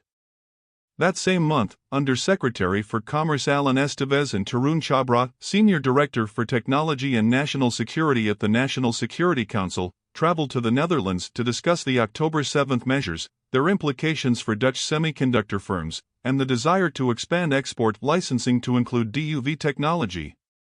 This was most likely the preparatory meeting for the January 2023 bilateral meeting between Prime Minister Rutte and President Biden. Meanwhile, policymakers in the Netherlands were keeping up. On December 1, 2022, almost 2 months after October 7, the government published new guidelines for the export of dual-use semiconductor technologies. The Netherlands formulated 3 criteria on the basis of which export licenses in semiconductor technologies would be assessed. Number 1. Preventing Dutch goods from contributing to undesirable end uses, such as a military application or weapons of mass destruction. Number 2. Preventing unwanted strategic dependencies. Number 3. Preserving Dutch technological leadership and Western standards. On January 17, 2023, Prime Minister Rutte arrived at the White House to meet President Biden. The meeting came on the heels of Japanese Prime Minister Fumio Kishida's visit to Washington on January 13. It had all the hallmarks of an attempt by the United States to choreograph a diplomatic agreement on new export restrictions with the Japanese and the Dutch. On January 27, National Security Advisor Jake Sullivan met Dutch and Japanese counterparts in a trilateral setting to coordinate a new set of policies. It would be 6 weeks later, on March 8, 2023, that the first details of the new Dutch policy emerged. While specific details remained unclear, the Netherlands announced that it would expand its export licensing requirements for semiconductor technologies. DUV immersion technology was explicitly mentioned. The technology that previously was considered trailing edge was now thrust into the limelight. In an attempt to explain why it had decided to widen the scope of its export policies beyond EUV, the government said semiconductor technology continues to evolve, thereby necessitating a continuous review to what extent these technologies impact international security. The government also stressed that this meant it would scrutinize technologies that were not previously covered by export controls. Given the technological developments and the geopolitical context, the Dutch government concluded it is necessary in the name of international security to expand the existing export control of specific semiconductor production equipment. Author's translation. The note did not mention China, nor did it refer to pressure from the United States. The government did say it would use an EU directive that allows national restrictions in the export of dual-use goods in the interest of preserving public security. Then, on June 23, 2023, the government announced the details of its expanded export licensing requirements for the semiconductor industry. They included EUV lithography and two types of DUV immersion lithography machines. But besides these technologies, which heavily focused on ASML, other parts of the Dutch semiconductor industry were also affected. Systems and technologies for atomic layer deposition, epitaxy, and deposition were also included in the new rules, which impacted ASM International, among other companies. The accompanying explanatory note said that these technologies warrant export licensing because they can create risks for public security, including international peace and stability. Aside from the possibility that the technologies can be used for advanced military equipment, the government argued that the uncontrolled export of these technologies can have significant implications for the public security interests of the Netherlands and its allies in the long term. This is an open-ended formulation, which contains an explicit reference to the security of allies, like the United States. The government justified the new export regime by saying it is a proportional measure given the Netherlands' unique position in the global semiconductor value chain, a position it wants to preserve. The measures came into effect on September 1, 2023, though ASML indicated it would continue to ship DUV machines to China under existing licenses until January 1, 2024. In anticipation of the new measures, Chinese customers stockpiled ASML's equipment. In the first half of the year, demand surged as ASML's sales to China increased 64.8% year-on-year to $2.58 billion. As could be expected, Chinese government media warned that the new Dutch measures would be costly. Title 5, Geopolitical Challenges Should Not Dilute Taiwan's Focus on Mastering Advanced Technologies and Critical Applications. Since the Trump administration initiated a trade war with China in 2018, the United States has been continuously escalating its policy of containment toward China in the economic realm. 1 Under the Biden administration, the trade war has evolved into a technology war, elevating economic issues to the level of values and ideology and treating economic security as a matter of national security. The United States has increasingly tightened its grip on China's technological industry, collaborating with allies to jointly block and restrict China's access to technology, equipment, and talent.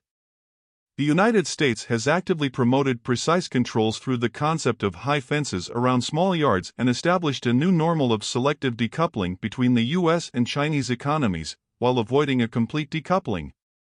Through the fabless manufacturing model, Taiwan's semiconductor industry has propelled the development of the upstream integrated circuit (IC) design and downstream packaging and testing industries.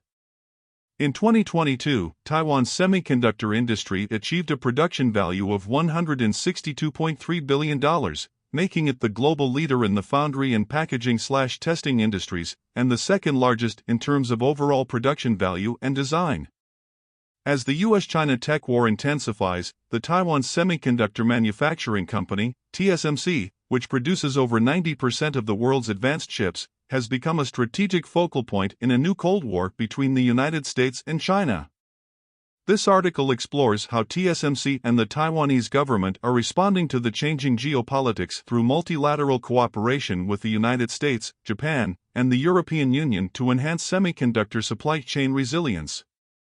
These efforts are aiming to strike a balance between national security and industry development, allowing the semiconductor industry to continue serving as Taiwan's guardian mountain. Taiwan's response to U.S. export controls on China and the CHIPS Act. Since the initiation of the trade war with China by the Trump administration in March 2018, the technology war led by the Biden administration has continued to escalate, with the United States implementing an expanding series of export control measures. Prior to 2022, the United States had successively added Fujian Jinhua, Huawei, and the Semiconductor Manufacturing International Corporation, SMIC, to the entity list, and through adjustments to the Foreign Direct Product Rule, FDPR, it restricted Huawei and its affiliated companies, such as HiSilicon Semiconductor, from using software and technology on the U.S. Commerce Control List, thereby limiting the design and production of their products. 5 Additionally, without U.S. licenses, U.S. companies were prohibited from selling advanced semiconductor technologies and equipment with process nodes of 10 nanometers, nm, and below to SMIC, hampering its progress in advanced processes. In 2022 and beyond, the United States has adopted more flexible export control measures against China from various angles, particularly in the semiconductor field. For instance, in August 2022, the United States targeted advanced technologies below the 5 nanometers node for multilateral export controls based on the consensus reached in the Wassenaar Arrangement. The same month, the U.S. government unilaterally implemented control measures on GPU chips, restricting U.S. suppliers, such as NVIDIA and Advanced Micro Devices, AMD, from selling chips used in artificial intelligence, AI, and supercomputers to China. Furthermore, it also imposed restrictions on KLA, Lam Research, and Applied Materials regarding selling semiconductor manufacturing equipment used in the production of 14 nanometers logic chips to China. On October 7, 2022, the United States expanded its export restrictions on Chinese chips and equipment by modifying the Export Administration regulations through an announcement by the Bureau of Industry and Security under the U.S. Department of Commerce. The main objective of these restrictions is to limit China's capabilities in advanced computing chips, supercomputer development and maintenance, and advanced semiconductor manufacturing, thus initiating a new wave of export controls on China. The new rules leverage the United States' dominant position by prohibiting foreign manufacturing facilities that use U.S. equipment and technology from selling relevant products to China. Additionally, the Netherlands and Japan also announced new export control measures regarding advanced semiconductor manufacturing equipment necessary for the production of logic chips below the 14 nanometers node in January 2023. Future export control measures may continue to escalate and involve a broader range of control tools to maintain the United States' leading position rather than just following principles that lead by multiple generations. Furthermore, recognizing the lack of advanced domestic semiconductor manufacturing capacity as a national security issue amid the U.S.-China tech war and the post-pandemic chip shortage, the United States enacted the CHIPS and Science Act to enhance domestic semiconductor chip production and research capabilities, reducing dependence on other countries for manufacturing. The CHIPS Act also provides a 25% investment tax credit for semiconductor manufacturing companies, narrowing the cost gap between investments in the United States and overseas. In relation to these subsidies, the Department of Commerce has released details of the CHIPS Incentives Program for commercial fabrication facilities and has proposed national security guardrails. The proposed guardrails are meant to ensure that the technology and innovation funded by the CHIPS Act are not used by hostile countries, including China, Russia, Iran, and North Korea, for malicious actions against the United States or its allies and partners. The guardrails provision, which restricts chip production, research, or technology licensing in China, has sparked opposition from various sectors, as it affects market layout and the existing operational plans of companies. The Semiconductor Industry Association, SIA, in the United States believes that the guardrails proposed by the Department of Commerce go beyond the scope of the CHIPS Act. The SIA argues that the proposed regulations overly expand restrictions from joint research and technology licensing to include general business activities such as patent licensing and participation in standard-setting organizations, which will impact industry and market development. The SIA suggests that subsidies under the CHIPS Act should prioritize activities related to national and economic security, but the current scope is too broad and ambiguous. The South Korean government, along with its companies and Taiwanese manufacturers, believe that 1. The provision of revenue sharing is not a commonly used norm to attract foreign investment, as it requires the disclosure of commercially sensitive information, and 2. Revenue sharing may affect subsidized companies' operational plans in China. Instead, they propose ensuring that overseas facilities can operate normally. They will continue to negotiate with the United States and hope that an optimal balance can be achieved through negotiations. Otherwise, the CHIPS Act will become too complex and interdependent to be implemented. Impact on Taiwanese industries and countermeasures. The United States has shifted its focus from targeting specific companies through entity lists to controlling technologies and setting thresholds for U.S. suppliers. By implementing control measures at the source, the scope of the measures has expanded to include not only Chinese companies but also foreign companies operating in China. Rather than imposing a complete export ban, the current series of high-tech control measures implemented by the United States requires manufacturers to undergo review. Foreign companies in China, such as Samsung, SK Hynix, and TSMC, obtain temporary general licenses for 6 months after the implementation of the October 7 controls to prevent disruptions in their supply chains for goods produced in China but ultimately destined for customers outside of China. However, after the expiration of the temporary licenses, these measures will increase compliance costs for pertinent companies and potentially lead to their withdrawal from China.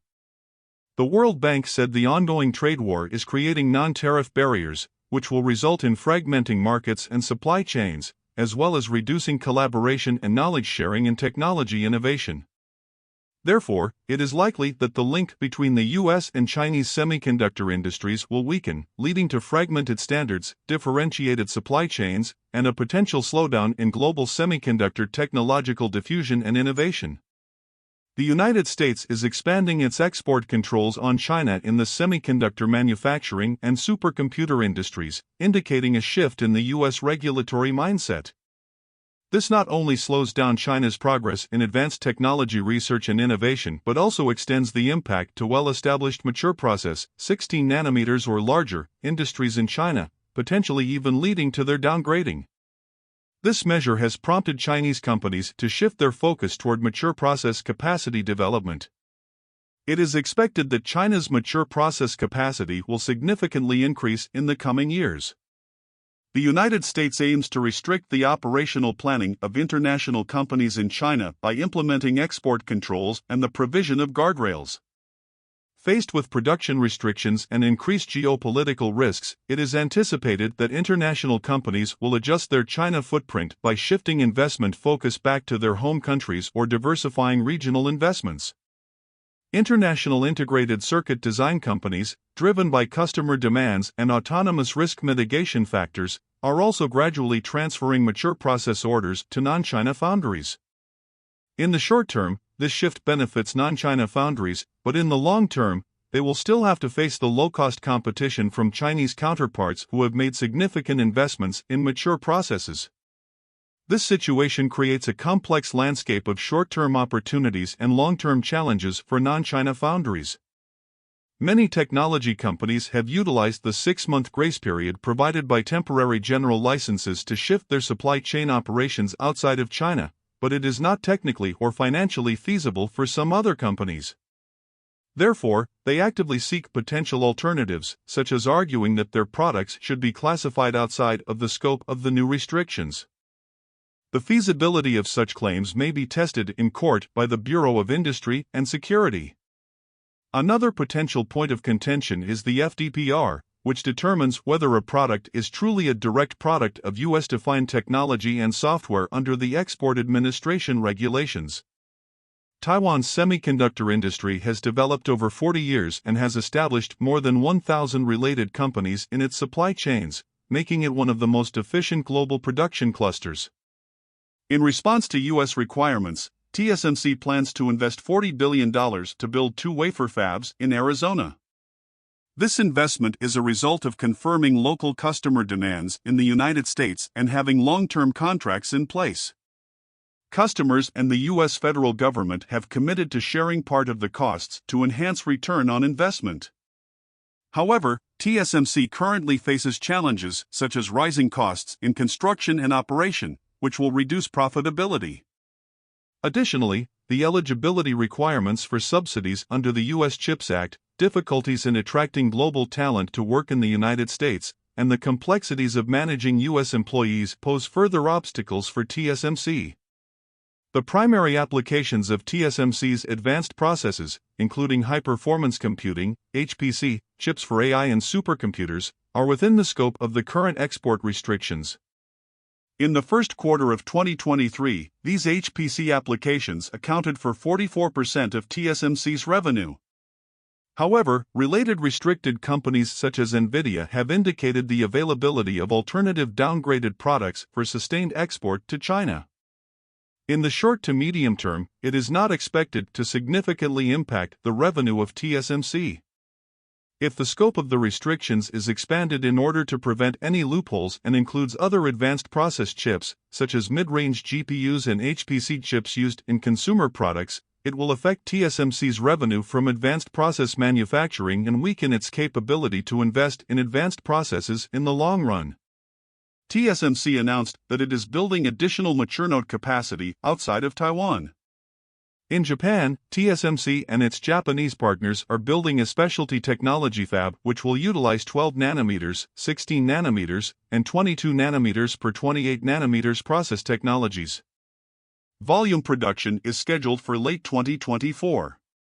TSMC is also considering building a second fab in Japan, as long as customer demand and the level of government support makes sense.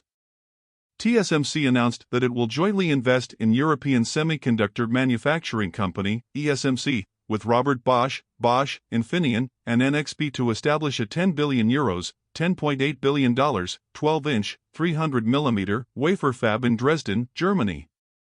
TSMC will invest €3.5 billion, $3.8 billion, alongside an allocated €5 billion, $5.4 billion, of support from the German government.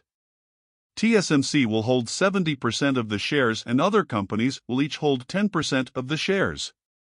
Construction will begin in 2024, with first production expected to begin in 2027.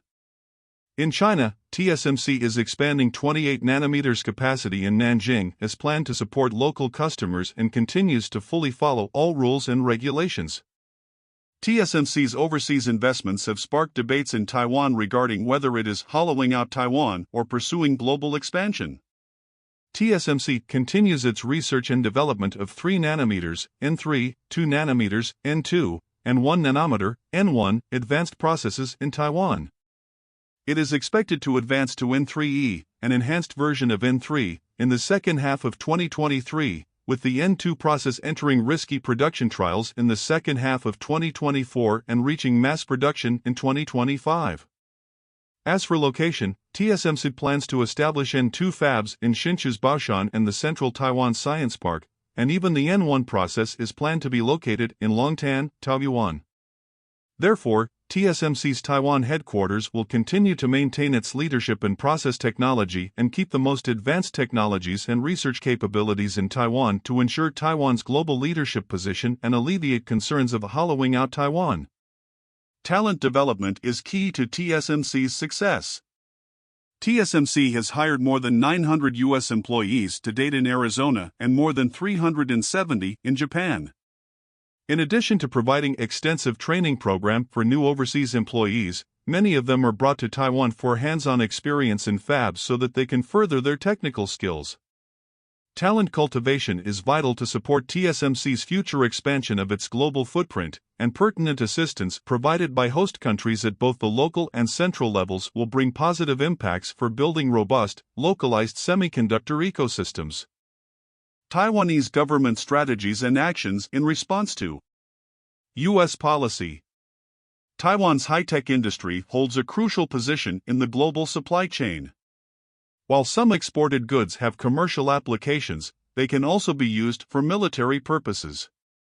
To fulfill international responsibilities and protect the export interests of Taiwanese manufacturers, the Taiwan government established the Strategic High-Tech Commodities Management System on July 1, 1995 under the regulations governing export and import of strategic high-tech commodities, which was enacted on March 31, 1994.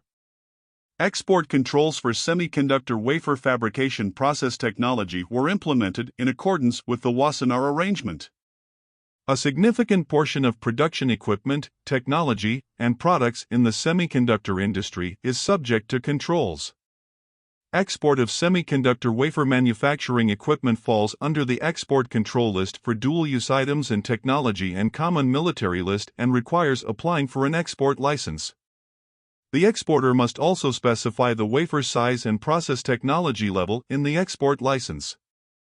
Regarding applications for Taiwanese semiconductor manufacturers to invest in China, the Ministry of Economic Affairs (MOE) has issued the operational guidelines for key technology review and supervision of investment in foundry, integrated circuit design, integrated circuit packaging, integrated circuit testing, and LCD panel plants in mainland China.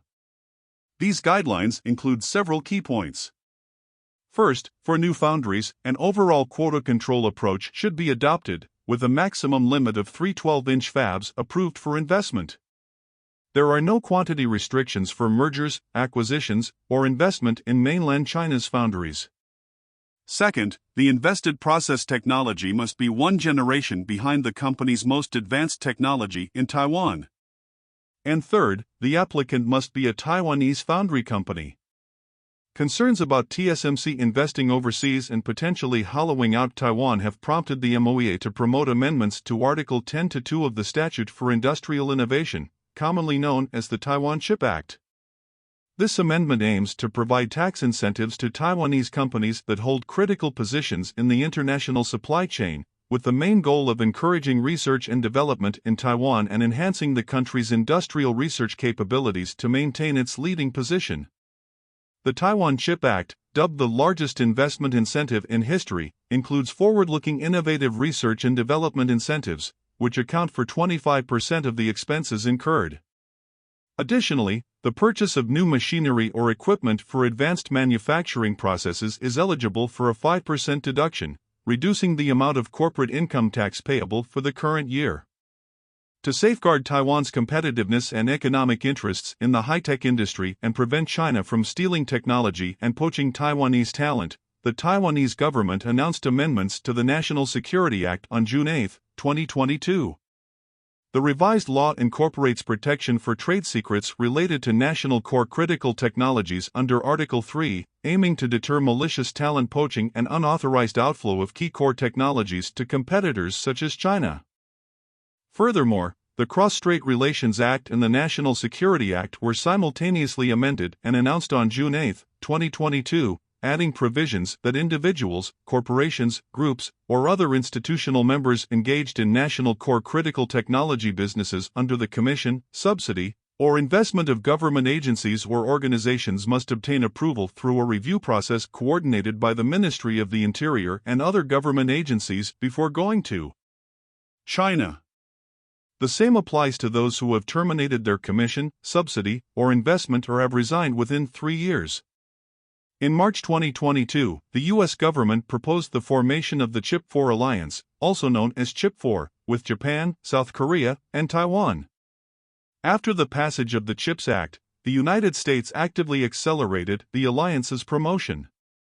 The United States claims that Chip 4 will provide a platform for governments and companies to discuss and coordinate supply chain security, semiconductor talent, research and development, and subsidy policies. The United States' potential intention may be to form an anti-China alliance by jointly promoting semiconductor exports and technology control measures with Japan, South Korea, and Taiwan. In summary, the United States plans to bring governments and companies together under the alliance framework. With Japan's competitive advantage in semiconductor equipment and materials, Taiwan's complete semiconductor industry clusters, and South Korea's leading position in memory, Chip 4 will enable the United States to view Japan, South Korea, and Taiwan as part of its semiconductor strategic influence. According to an analysis by the Korea Times, the United States' preparations for Chip May 4 appear to be aimed at countering China's semiconductor rise, but its true purpose could be to buy time and strengthen U.S. chip manufacturer Intel. Meanwhile, Taiwan's MOEA has proposed 2 major directions under the Taiwan Initiative for Chip 4, focusing on semiconductor supply chain collaboration and resilience as well as ensuring the security of vital chip supplies.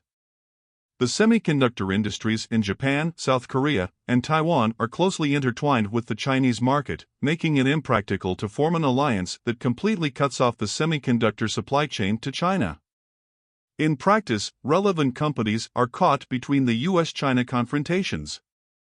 Companies need to devote extra resources to develop downgraded products to comply with US policy restrictions to maintain their position in the Chinese market. On the other hand, companies also need to endure unfair competition brought by the Chinese government through the dual circulation as well as looming retaliations. Additionally, the semiconductor supply chains of South Korea and Taiwan have been engaged in mutual competition with their U.S. counterparts for years. South Korea and Taiwan collectively hold over 80% of the global chip manufacturing market, making it essential to properly safeguard their critical intellectual property rights and corporate value. It is not feasible for them to become mere followers of the U.S. semiconductor industry monopoly within the framework of Chip 4, and there are significant concerns regarding the goals and benefits of establishing Chip 4. Facing the changing geopolitics, Taiwanese companies expect the Taiwanese government to fully grasp the evolution of foreign policies, communicate promptly with industry players, and devise strategies to adapt to the changing global supply chain. This includes comparing and analyzing the geo-economic strategies of various countries and examining the compatibility and responsiveness of Taiwan's own strategies, ensuring the indispensability of relevant industries in Taiwan within the global supply chain. Furthermore, the government should address the requirements for Taiwan's supply chain autonomy and resilience. It should carefully evaluate national security and domestic and international needs and assist relevant businesses in implementing decentralized layouts to maintain the position of Taiwanese businesses in the global supply chain. Title 6. Current EU regulations struggle to adapt to a post-October 7 world. In the European Union, export control regulations have become an increasingly pressing issue, especially since the Netherlands decided to expand its national export controls to certain types of advanced semiconductor manufacturing equipment by using Articles 9 and 10 of the European Union's 2021 Regulation on Dual-Use Export Controls. 1. While the new expansion of Dutch export controls does not officially target China, the process of adoption and the technology they focus on leave little doubt over who is the target. The Dutch expansion of export controls partially aligns with the United States' new export controls adopted on October 7, which explicitly target China, and Japan's new export controls, which do not.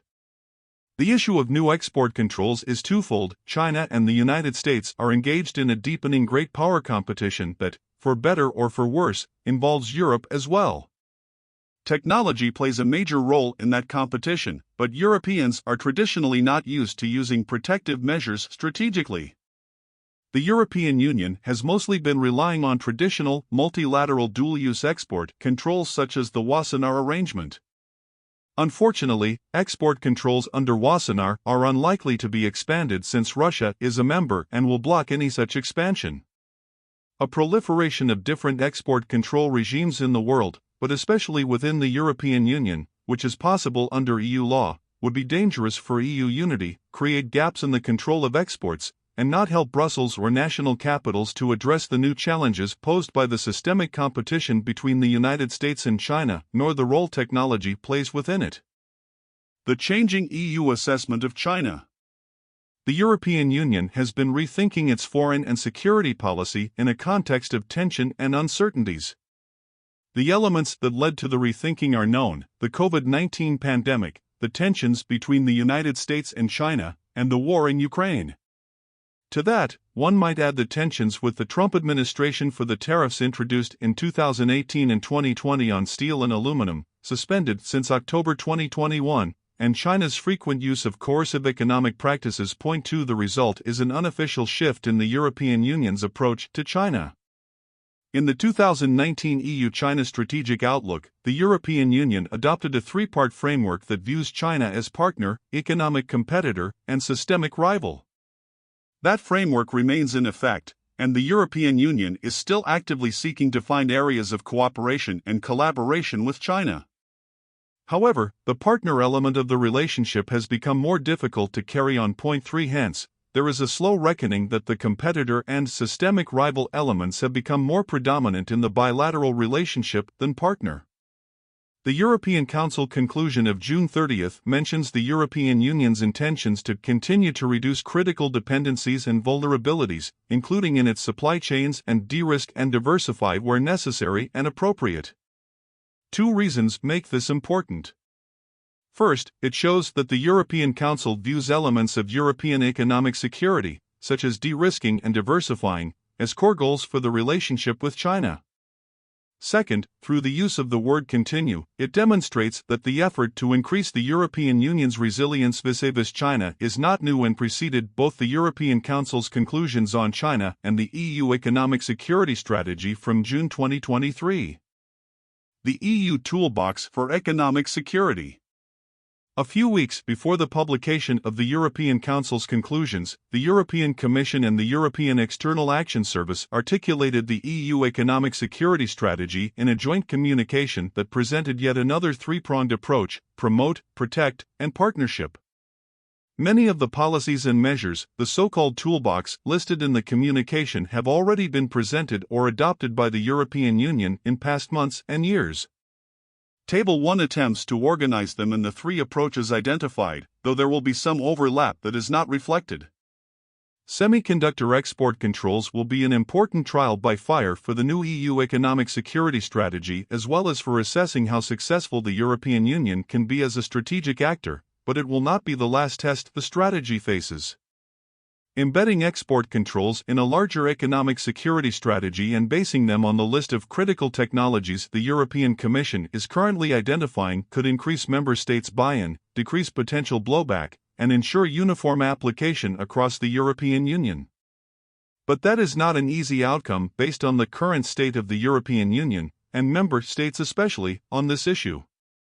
There are three primary areas that may challenge the European Union's ability to use semiconductor export controls strategically: 1. The current design of EU export controls, 2. The European Union's focus on legacy semiconductors, and 3. Disagreement with the United States over the October 7 export controls. Current EU export controls are not up for the challenge of critical emerging technologies such as semiconductors, but an expansion is tricky. EU export controls are still narrow in scope and cover only dual-use goods, and in theory member states have given the mandate to the European Commission to expand the list of items included in the export controls to harmonize it with multilateral agreements such as Wassenaar. The traditional interpretation of this statute would suggest that the Commission should not make amendments to the list beyond that purpose. For example, it should not amend it in line with the new Dutch export controls on semiconductors or similar nationally adopted export controls in the future. However, the Commission could test the flexibility of the mandate. Other member states could follow the Netherlands, which used Article 9, and used the procedure envisioned in Article 10 to themselves adopt the same export controls at the national level. The European Commission and the Netherlands can incentivize the adoption of cohesive lists via dialogues and diplomatic engagement. Alternatively, following an internal risk assessment and the publication of the list of critical technologies in September, the European Commission could interpret its mandate broadly and make the case to change the list to protect those technologies. According to the potential risks identified in the internal assessment, the Commission will propose different measures, among them potentially the expansion of the list of items subject to export controls. In that instance, however, at least informal support from member states would be required.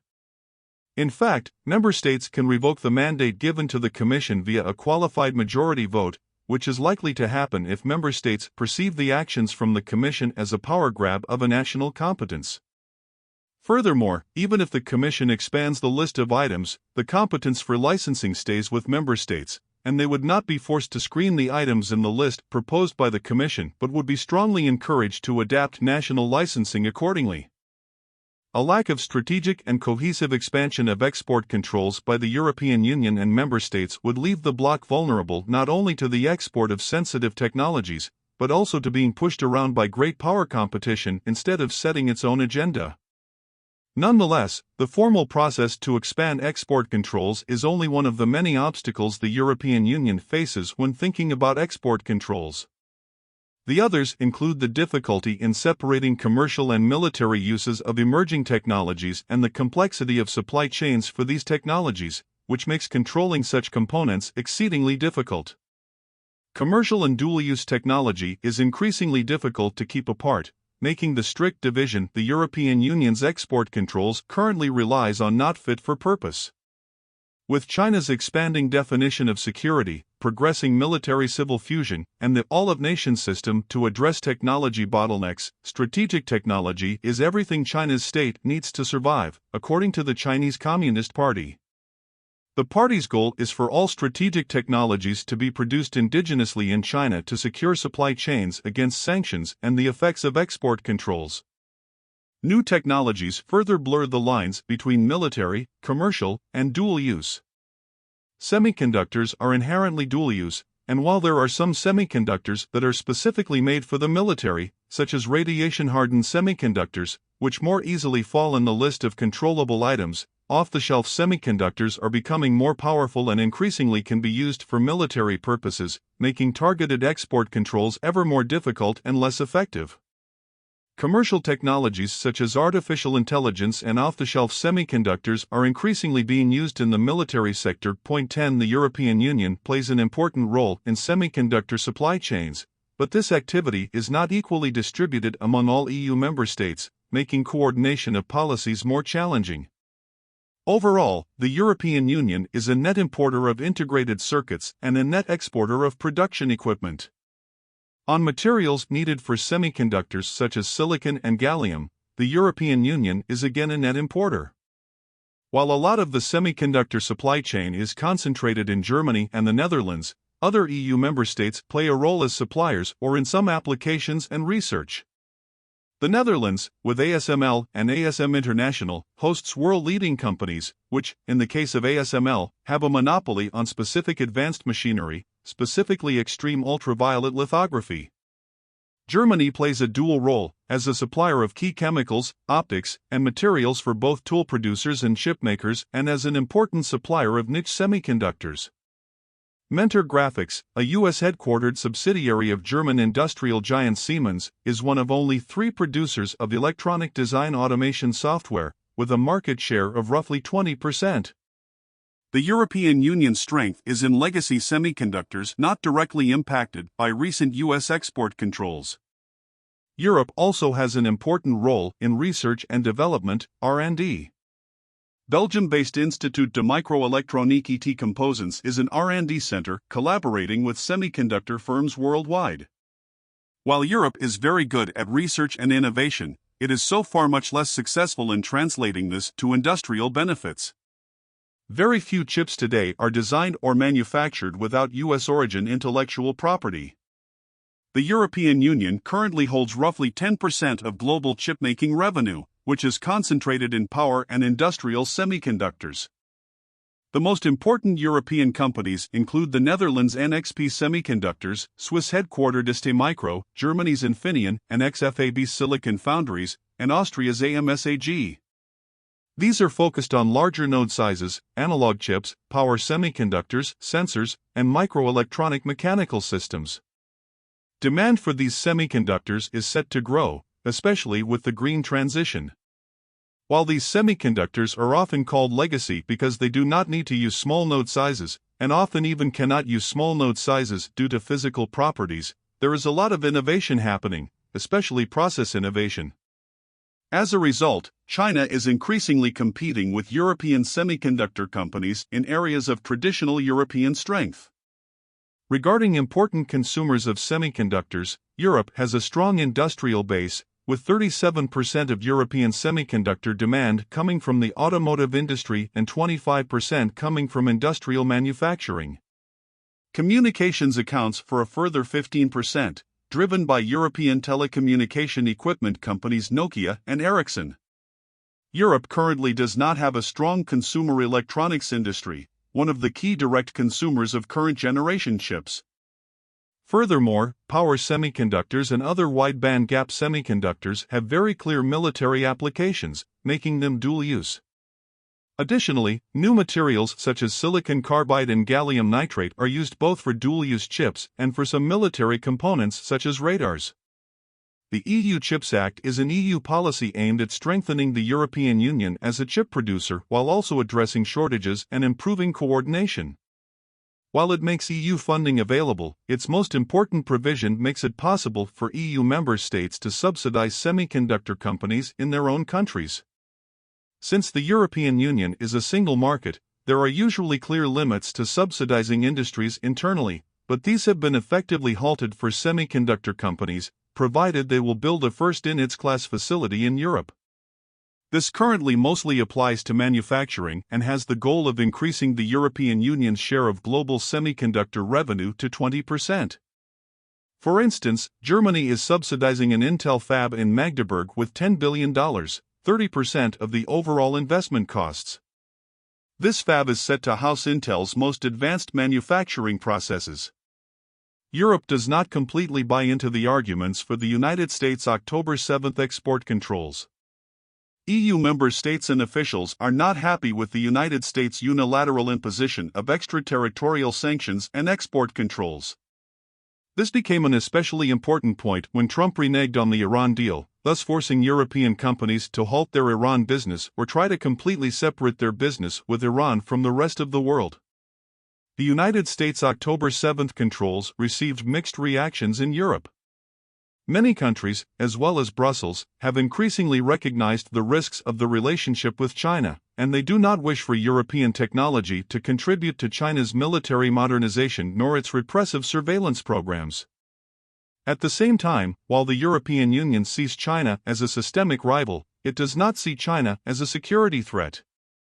The European Union still wants to construct a positive agenda with China, and from several conversations with EU officials it is clear that the bloc does not want to adopt policies, especially economic security policies, that explicitly target China.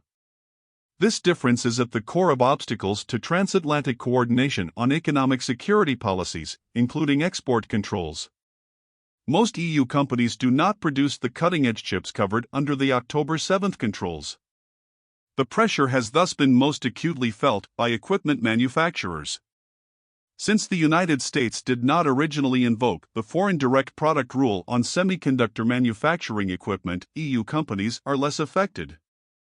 Interviewees, including figures from EU companies and research organizations, frequently pointed out the administrative burden these export controls put on European actors. Out of necessity, many EU companies have become experts at U.S. export control law. European stakeholders are concerned by the unintended consequences of U.S. export controls. China is already increasing investment in non-restricted sectors such as legacy chips, areas of strength for Europe. U.S. export controls are seen as further encouraging China's drive toward self-reliance in technology, hurting European businesses in China if they do not indigenize their entire supply chains. During the last Trade and Technology Council, held in Sweden, parties expressed that they share concerns about the impact of non-market economic policies on the global supply of semiconductors, particularly in legacy chips. There is also worry about possible retaliation from China against the European Union or member states, should they implement export controls similar to those adopted by the United States. In July, China announced the introduction of new licenses for the export of gallium and germanium starting in August. The two metals are needed for the production of semiconductors and electronic components. Furthermore, EU companies and politicians are increasingly worried about the United States' approach. The decision by the United States to engage with the Netherlands directly, instead of with the European Union, has been criticized.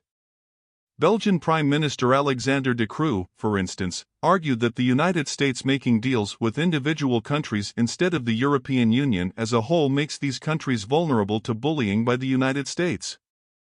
The EU-specific risk. On the one hand, targeting key countries may appear to be a faster and efficient solution. After all, why wait for the slow process of EU coordination when you only really need a handful of member states? And this may actually be a preferred solution for those member states who do not want to adopt extra export controls when they have no relevant interests or are not directly involved in semiconductors. It is also a good way to get the ball rolling, and then maybe other member states and the European Union as a whole will follow, which is likely to be the outcome of these new rounds of export controls. However, such an approach presents two very specific issues for the European Union. Firstly, if the controls introduced at the state level vary greatly, gaps and blind spots are likely to emerge.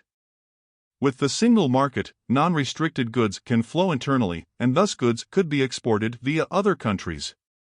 Secondly, single member states can be exposed and singled out. In fact, it is undeniable that one member state has less negotiating power than the whole of the European Union, and by being bilaterally targeted, it is also deprived of the protection the bloc can provide. Furthermore, possible eventual retaliation could be targeted at one member state rather than the whole of the European Union, leaving the state exposed to economic coercion. As China has been shown to target the weakest link, this can facilitate the emergence of internal divisions and self-interest in EU member states who may not be willing to take a hit to protect another member state. The EU anti-coercion instrument partially addresses this issue, but does not do so entirely. That is probably one of the reasons why The Hague has kept communication and coordination with Brussels open throughout the process to avoid being isolated as the sole culpable actor in case of economic coercion. A constructive EU economic security agenda beyond export controls. While the European Union is firmly in the US camp when it comes to security, EU leaders also want to maintain a clear difference from the United States when it comes to economics and dealing with China.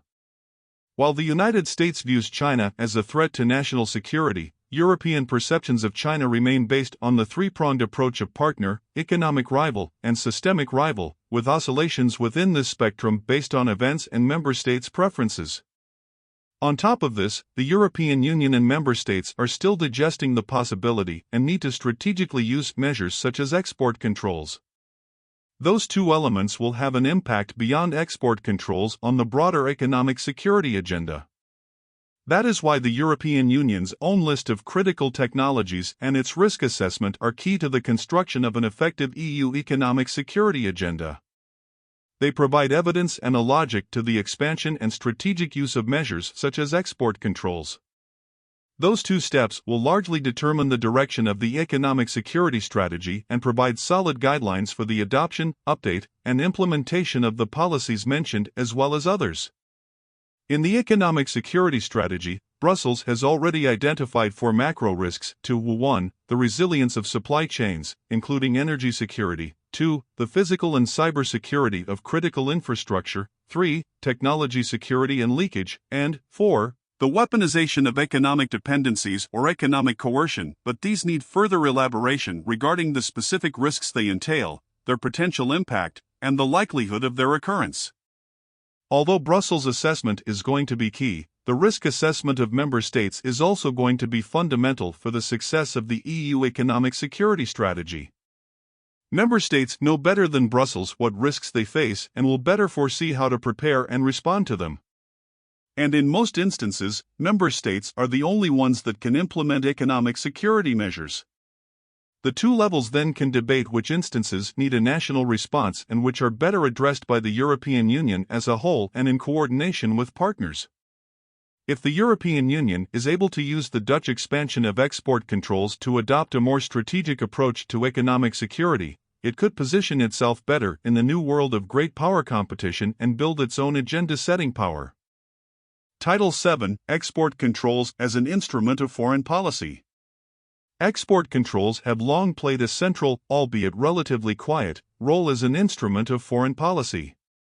In short, export controls are regulations and laws implemented by governments to restrict and monitor the export of certain goods, technologies, and services from one country to another. Governments have used them extensively throughout history to control the outflow of critical technologies. The primary objective of export controls is to protect national and international security by preventing the proliferation of weapons of mass destruction. While export controls are not a panacea to achieve non-proliferation and other strategic objectives, they are a useful tool in denying or delaying the ability of foreign actors to obtain technology needed to advance weapons programs. Multilateralism is key to the effectiveness of controls. If one country produces an item that can be used in a foreign military context and regulates the outflow of those products, but other producers do not, then the likelihood of backfilling the practice of others supplying to meet the now unfilled demand weakens the controls. It can also depress the revenue of domestic suppliers of those critical inputs. Therefore, multilateralizing controls can be a determinant factor in whether or not export controls succeed. In recent decades, the United States has been at the forefront of export control policy. In the aftermath of World War II, the U.S. Export Control Act of 1949 established the modern U.S. system for controlling dual-use goods. During the Cold War, the United States established the Coordinating Committee for Multilateral Export Controls, COCOM, that brought together 17 mostly European countries as well as Japan and Turkey. COCOM was characterized primarily by East versus West competition during the Cold War. This manifested in broad geographic-based controls, as participating members believed that certain items allowed for export to the Soviet Union would likely leak to the Russian military. After the dissolution of the Soviet Union, COCOM ceased functioning in March 1994. As a replacement, allies sought a more liberal export control system that would benefit the private sector and warm relations with former adversaries. After the Cold War, in 1996, the United States and allies stood up the Wassenaar Arrangement, the successor to COCOM. Whereas COCOM was colored by strategic policymaking among member states aimed at delaying Warsaw Pact military capabilities, the intention for the Wassenaar Arrangement was to stand up a regime aimed at preventing the destabilizing accumulation of conventional arms and dual-use goods, or those with both civilian and military applications, in a country-agnostic fashion. The Wassenaar Arrangement control list functions somewhat like an export control constitution for member states. Most member states build their domestic control lists to align with the Wassenaar Arrangement list. This legal reliance can make it difficult, if not impossible, for countries to promulgate controls that exceed the items covered by the Wassenaar Arrangement list. Since the inception of the Wassenaar Arrangement, the geostrategic threat environment has changed substantially, begging fundamental questions about the suitability of the arrangement for the contemporary era. The Wassenaar Arrangement is a consensus-based organization that includes Russia, and while Russia has long played a complicated role inside the organization, it has become increasingly obstreperous since the 2022 invasion of Ukraine, essentially halting new additions to the control list. Concurrently, an exponential growth in digitization obscures the ability in some cases to work through an institution that was largely built for the hardware era. Further compounding problems is that the regime is not geographically tailored. This feature cripples it from carrying out controls specifically aimed at China at a time when China is pursuing a doctrine of civil-military fusion. These factors have led to calls to establish a new export control regime or, at a minimum, to rethink many of the core functions of the Wassenaar Arrangement and allied approach to export controls. In addition to changes in the protect side of the agenda, the promote pillar is also changing with the renewed use of industrial policy. In August 2022, the United States passed the $52 billion CHIPS and Science Act package. The European Union has since passed the $46.7 billion, €43.9 billion EU CHIPS Act, while South Korea's K-CHIPS Act expands tax deductions on investments into the semiconductor industry. The simultaneous expansion of the promote and protect pillars of an international policy is reshuffling supply chains, infusing geopolitical risk calculations into decision-making, and calling into question the foundations of the multilateral approach to managing strategic trade. This confluence of factors, a hobbled multilateral export control regime, the need to recover domestic production capacity, and national security concerns about chip-driven weapons has led the United States to assume, as it has done in the past, a leadership role in designing and enforcing export controls for allied producers of advanced technology. In promulgating the October 7 controls, the United States has once again significantly retooled the global export control landscape. In moving export controls to the forefront of the international agenda, the United States is communicating that export control cooperation is in most cases a prerequisite for deeper integration of high-tech sectors such as semiconductors. The October 7 export controls. In a September 2022 speech previewing the administration's thinking on controls, U.S. National Security Advisor Jake Sullivan explained that export controls can be more than just a preventative tool. Rather than maintaining the status quo of using export controls to delay foreign adversaries from gaining advanced technology, the United States needed instead to adjust controls to gain as large a lead as possible. Onlookers have broadly observed that this speech acknowledged a U.S. shift away from simply delaying foreign military capabilities to one of degrading them. Chinese military acquisition contracts show that China is using U.S. chips in military applications, including hypersonic missile and nuclear weapons simulation. Expanding export controls to cover advanced chips is predicated on the idea that allies should not export items to certain countries where such items could be used against them in a military conflict. The U.S. response has centered around expanding controls on its own exports and securing buy-in from other countries that maintain choke points over the supply chain. On October 7, 2022, the United States announced a new tranche of controls aimed at constraining Chinese artificial intelligence (AI) capabilities. First, the October 7 controls added several advanced node chips used for AI development and supercomputers to the Commerce Control List (CCL). The controls also implemented rules on all related software, components, and semiconductor manufacturing equipment (SME) that meet certain criteria. Not only did the Department of Commerce's Bureau of Industry and Security, BIS, add these items to the CCL, expanding the Export Administration regulations, but the BIS also included deemed export rules, which ban the transfer of controlled items and data to foreign nationals within the United States. The October 7 regulations also include U.S. persons rules, creating new licensing requirements for employees of U.S. headquartered firms working to service covered technology. These rules extend to foreign nationals working in China even if they are not U.S. citizens. As acknowledged in Sullivan's September 2022 speech, the aim of these controls is to limit the advance of Chinese semiconductor production past a certain threshold. The BIS threshold for the controls is logic chips produced using the 16-nanometer (nm) process node or lower. Generally, the lower the node number, the more advanced the chip. Short-term memory chips (DRAM) of 18 nanometers node or lower, and long-term memory chips (NAND) or 128 layers or higher. There are further rules surrounding the export of node-agnostic SME, which is manufacturing equipment used in the production of chips both above and below the node limit.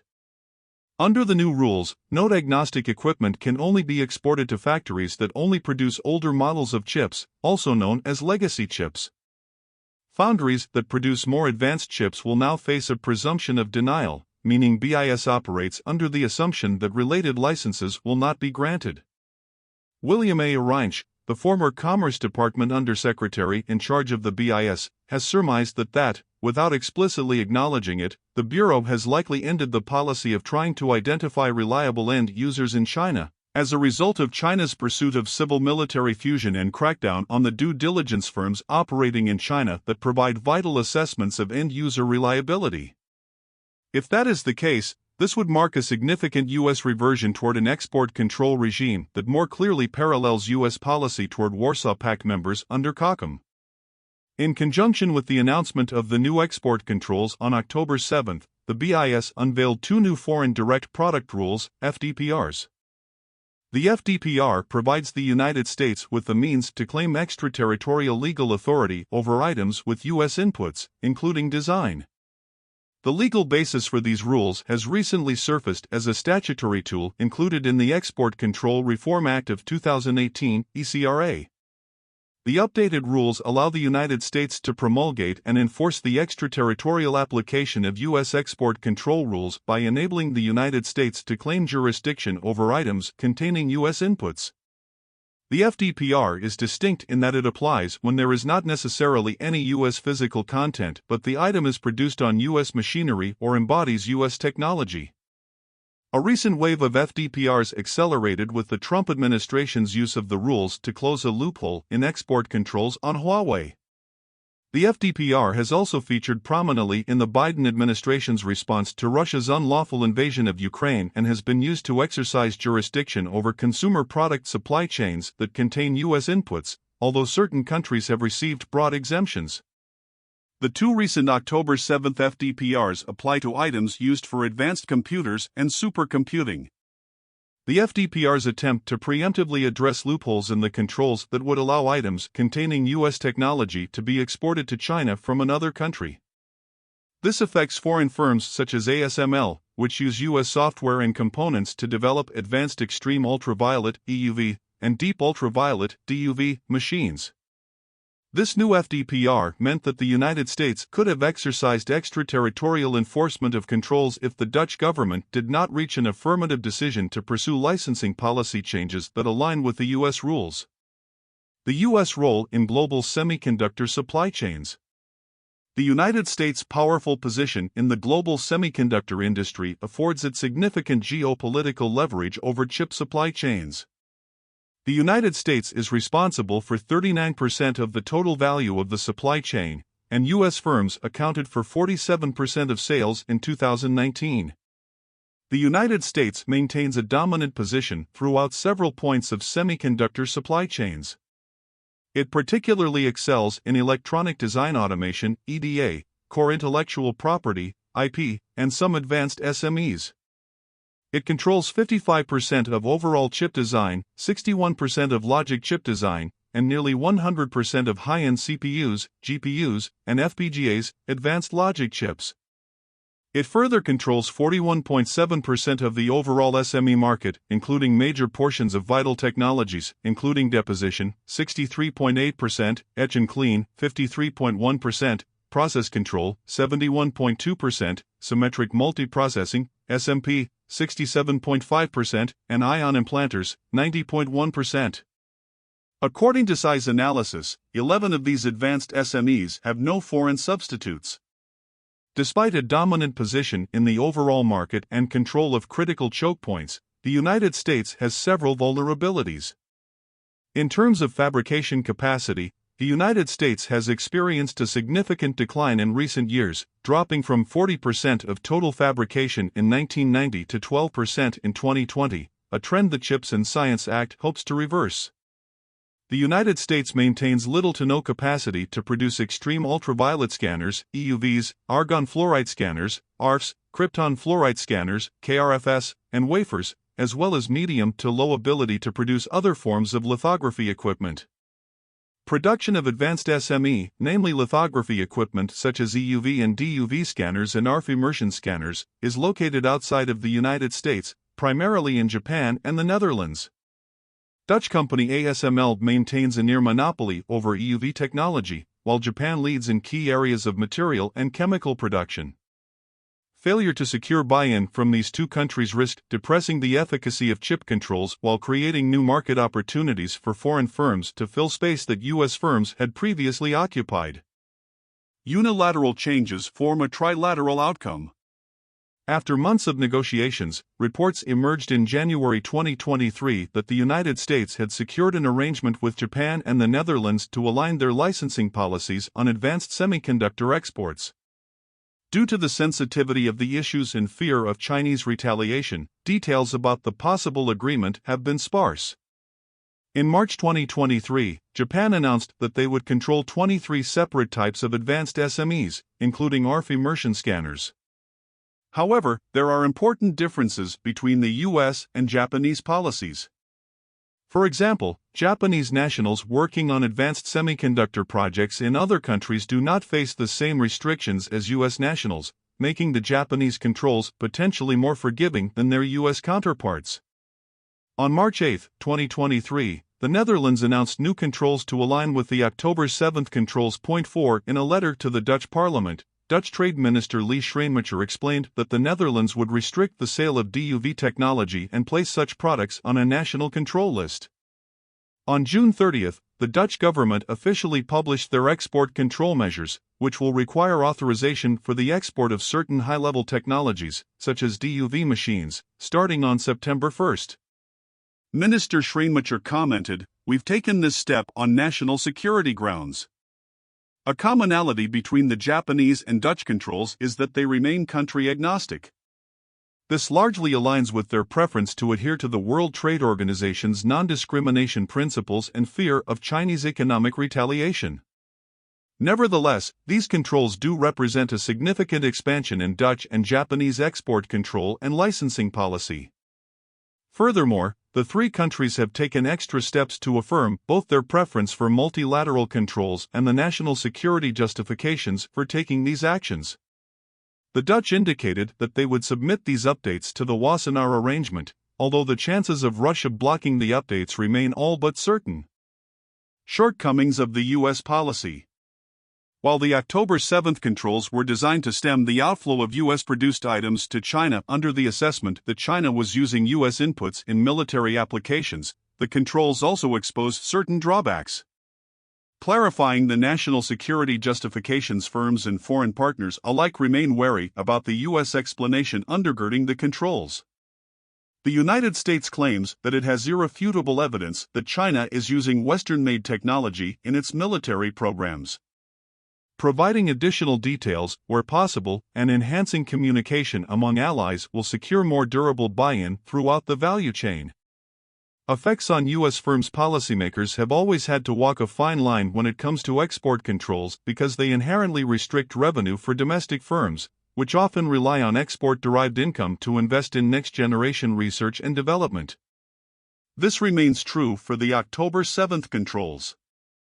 Firms impacted immediately include NVIDIA, AMD, KLA, and Lam warned that they face a loss of up to $2.5 billion in 2023, while KLA expects losses of $600 to $900 million.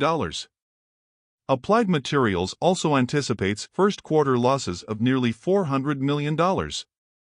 Furthermore, the imposed loss of market share naturally creates new market opportunities for foreign entrants not otherwise subject to similar controls, making it even more important to multilateralize the controls.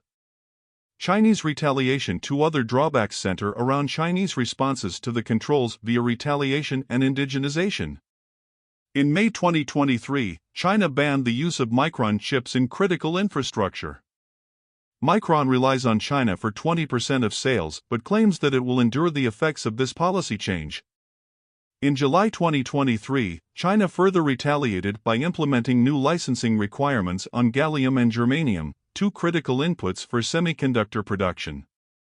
China has over 86% of the world's low-purity gallium production capacity and over 67% of the world's refined germanium production, meaning prices for those inputs will spike without the commensurate onboarding of additional production capacity in allied economies. The United States and its allies have long recognized this retaliation capability, particularly following similar restrictions on Chinese rare earth mineral exports to Japan roughly a decade ago. Despite precedents and the obvious likelihood of Chinese retaliation, many policymakers and experts were surprised by the recent announcement and have vowed to pursue additional de-risking policies. However, it is relatively easy to scale up production capacity outside of China, indicating that the Chinese restrictions serve mostly as a warning shot. Furthermore, previous size work has demonstrated the inefficacy of Chinese economic coercive measures, finding that China's attempts at saber-rattling typically contravene its objectives by dissuading countries from deeper economic engagement with China. Designing out indigenization in dual supply chains. Designing out developing supply chains free of U.S. inputs has long been a hedging strategy against foreign regulations, as witnessed with commercial satellites during the 1990s.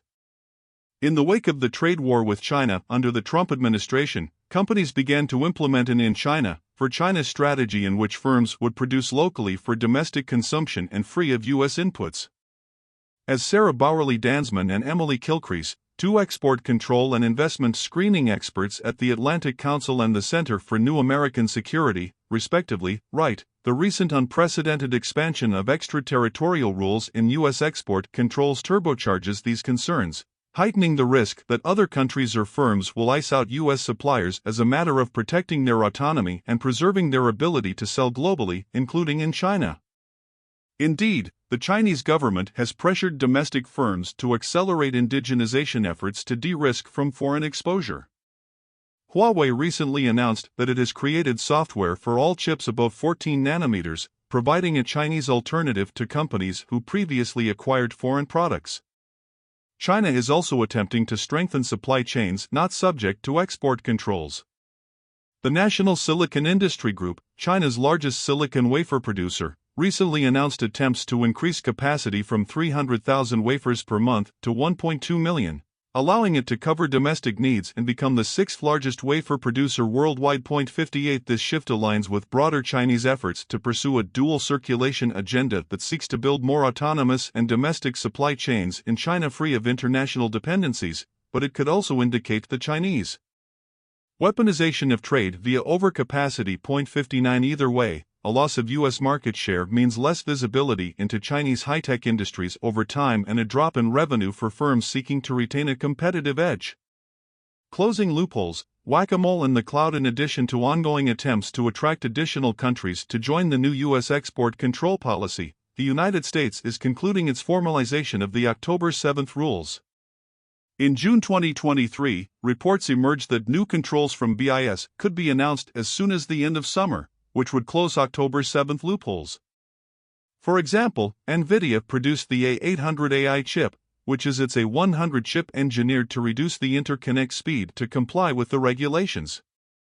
While some observers regard this as out-engineering the controls, this also reflects insufficient thresholds that could be broadened to accommodate the A800 chips, although broadening the scope would result in additional revenue hits for the firms affected.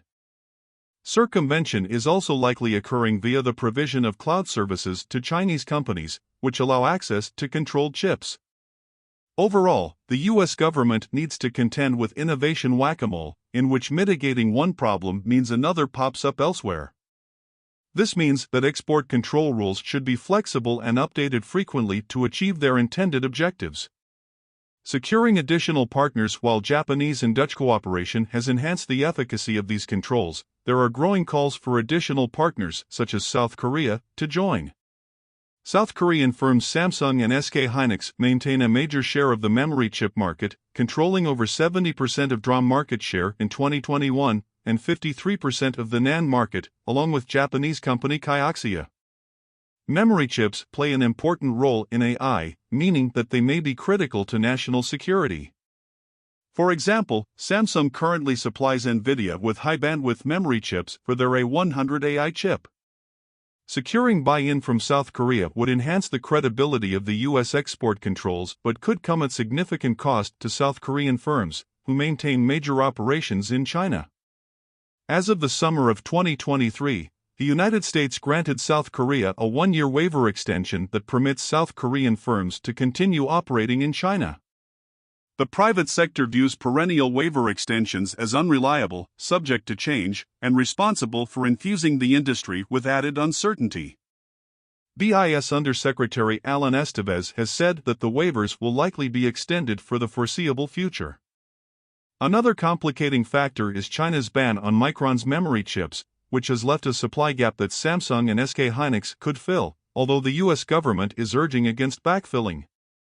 South Korea's Vice Minister of Trade commented, "Regarding what the U.S. tells us to do or not to do, it is actually up to our companies. Both Samsung and SK hynix, with global operations, will make a judgment on this." Regardless, the extraterritorial application of controls and attempts to reduce South Korean chip investment in China has put South Korea in a geopolitically awkward position of having to choose a partner amid U.S.-China tensions.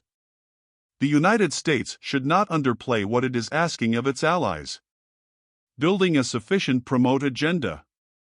When coupled with an expanded domestic industrial policy, the combination of domestic incentives and additional, and sometimes extraterritorial, restrictions can frustrate the private sector and allies.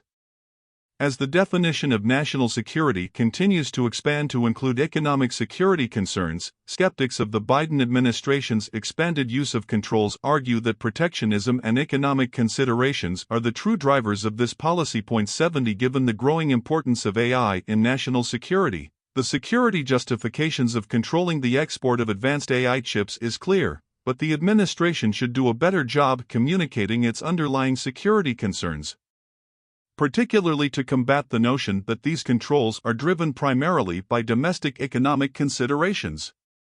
These policies do not materialize in a vacuum. Allies have witnessed the expanded use of the FDPR under the Biden administration and are weary of becoming subject to those rules. Other policies that can be viewed as coercive or at least demanding remain fresh.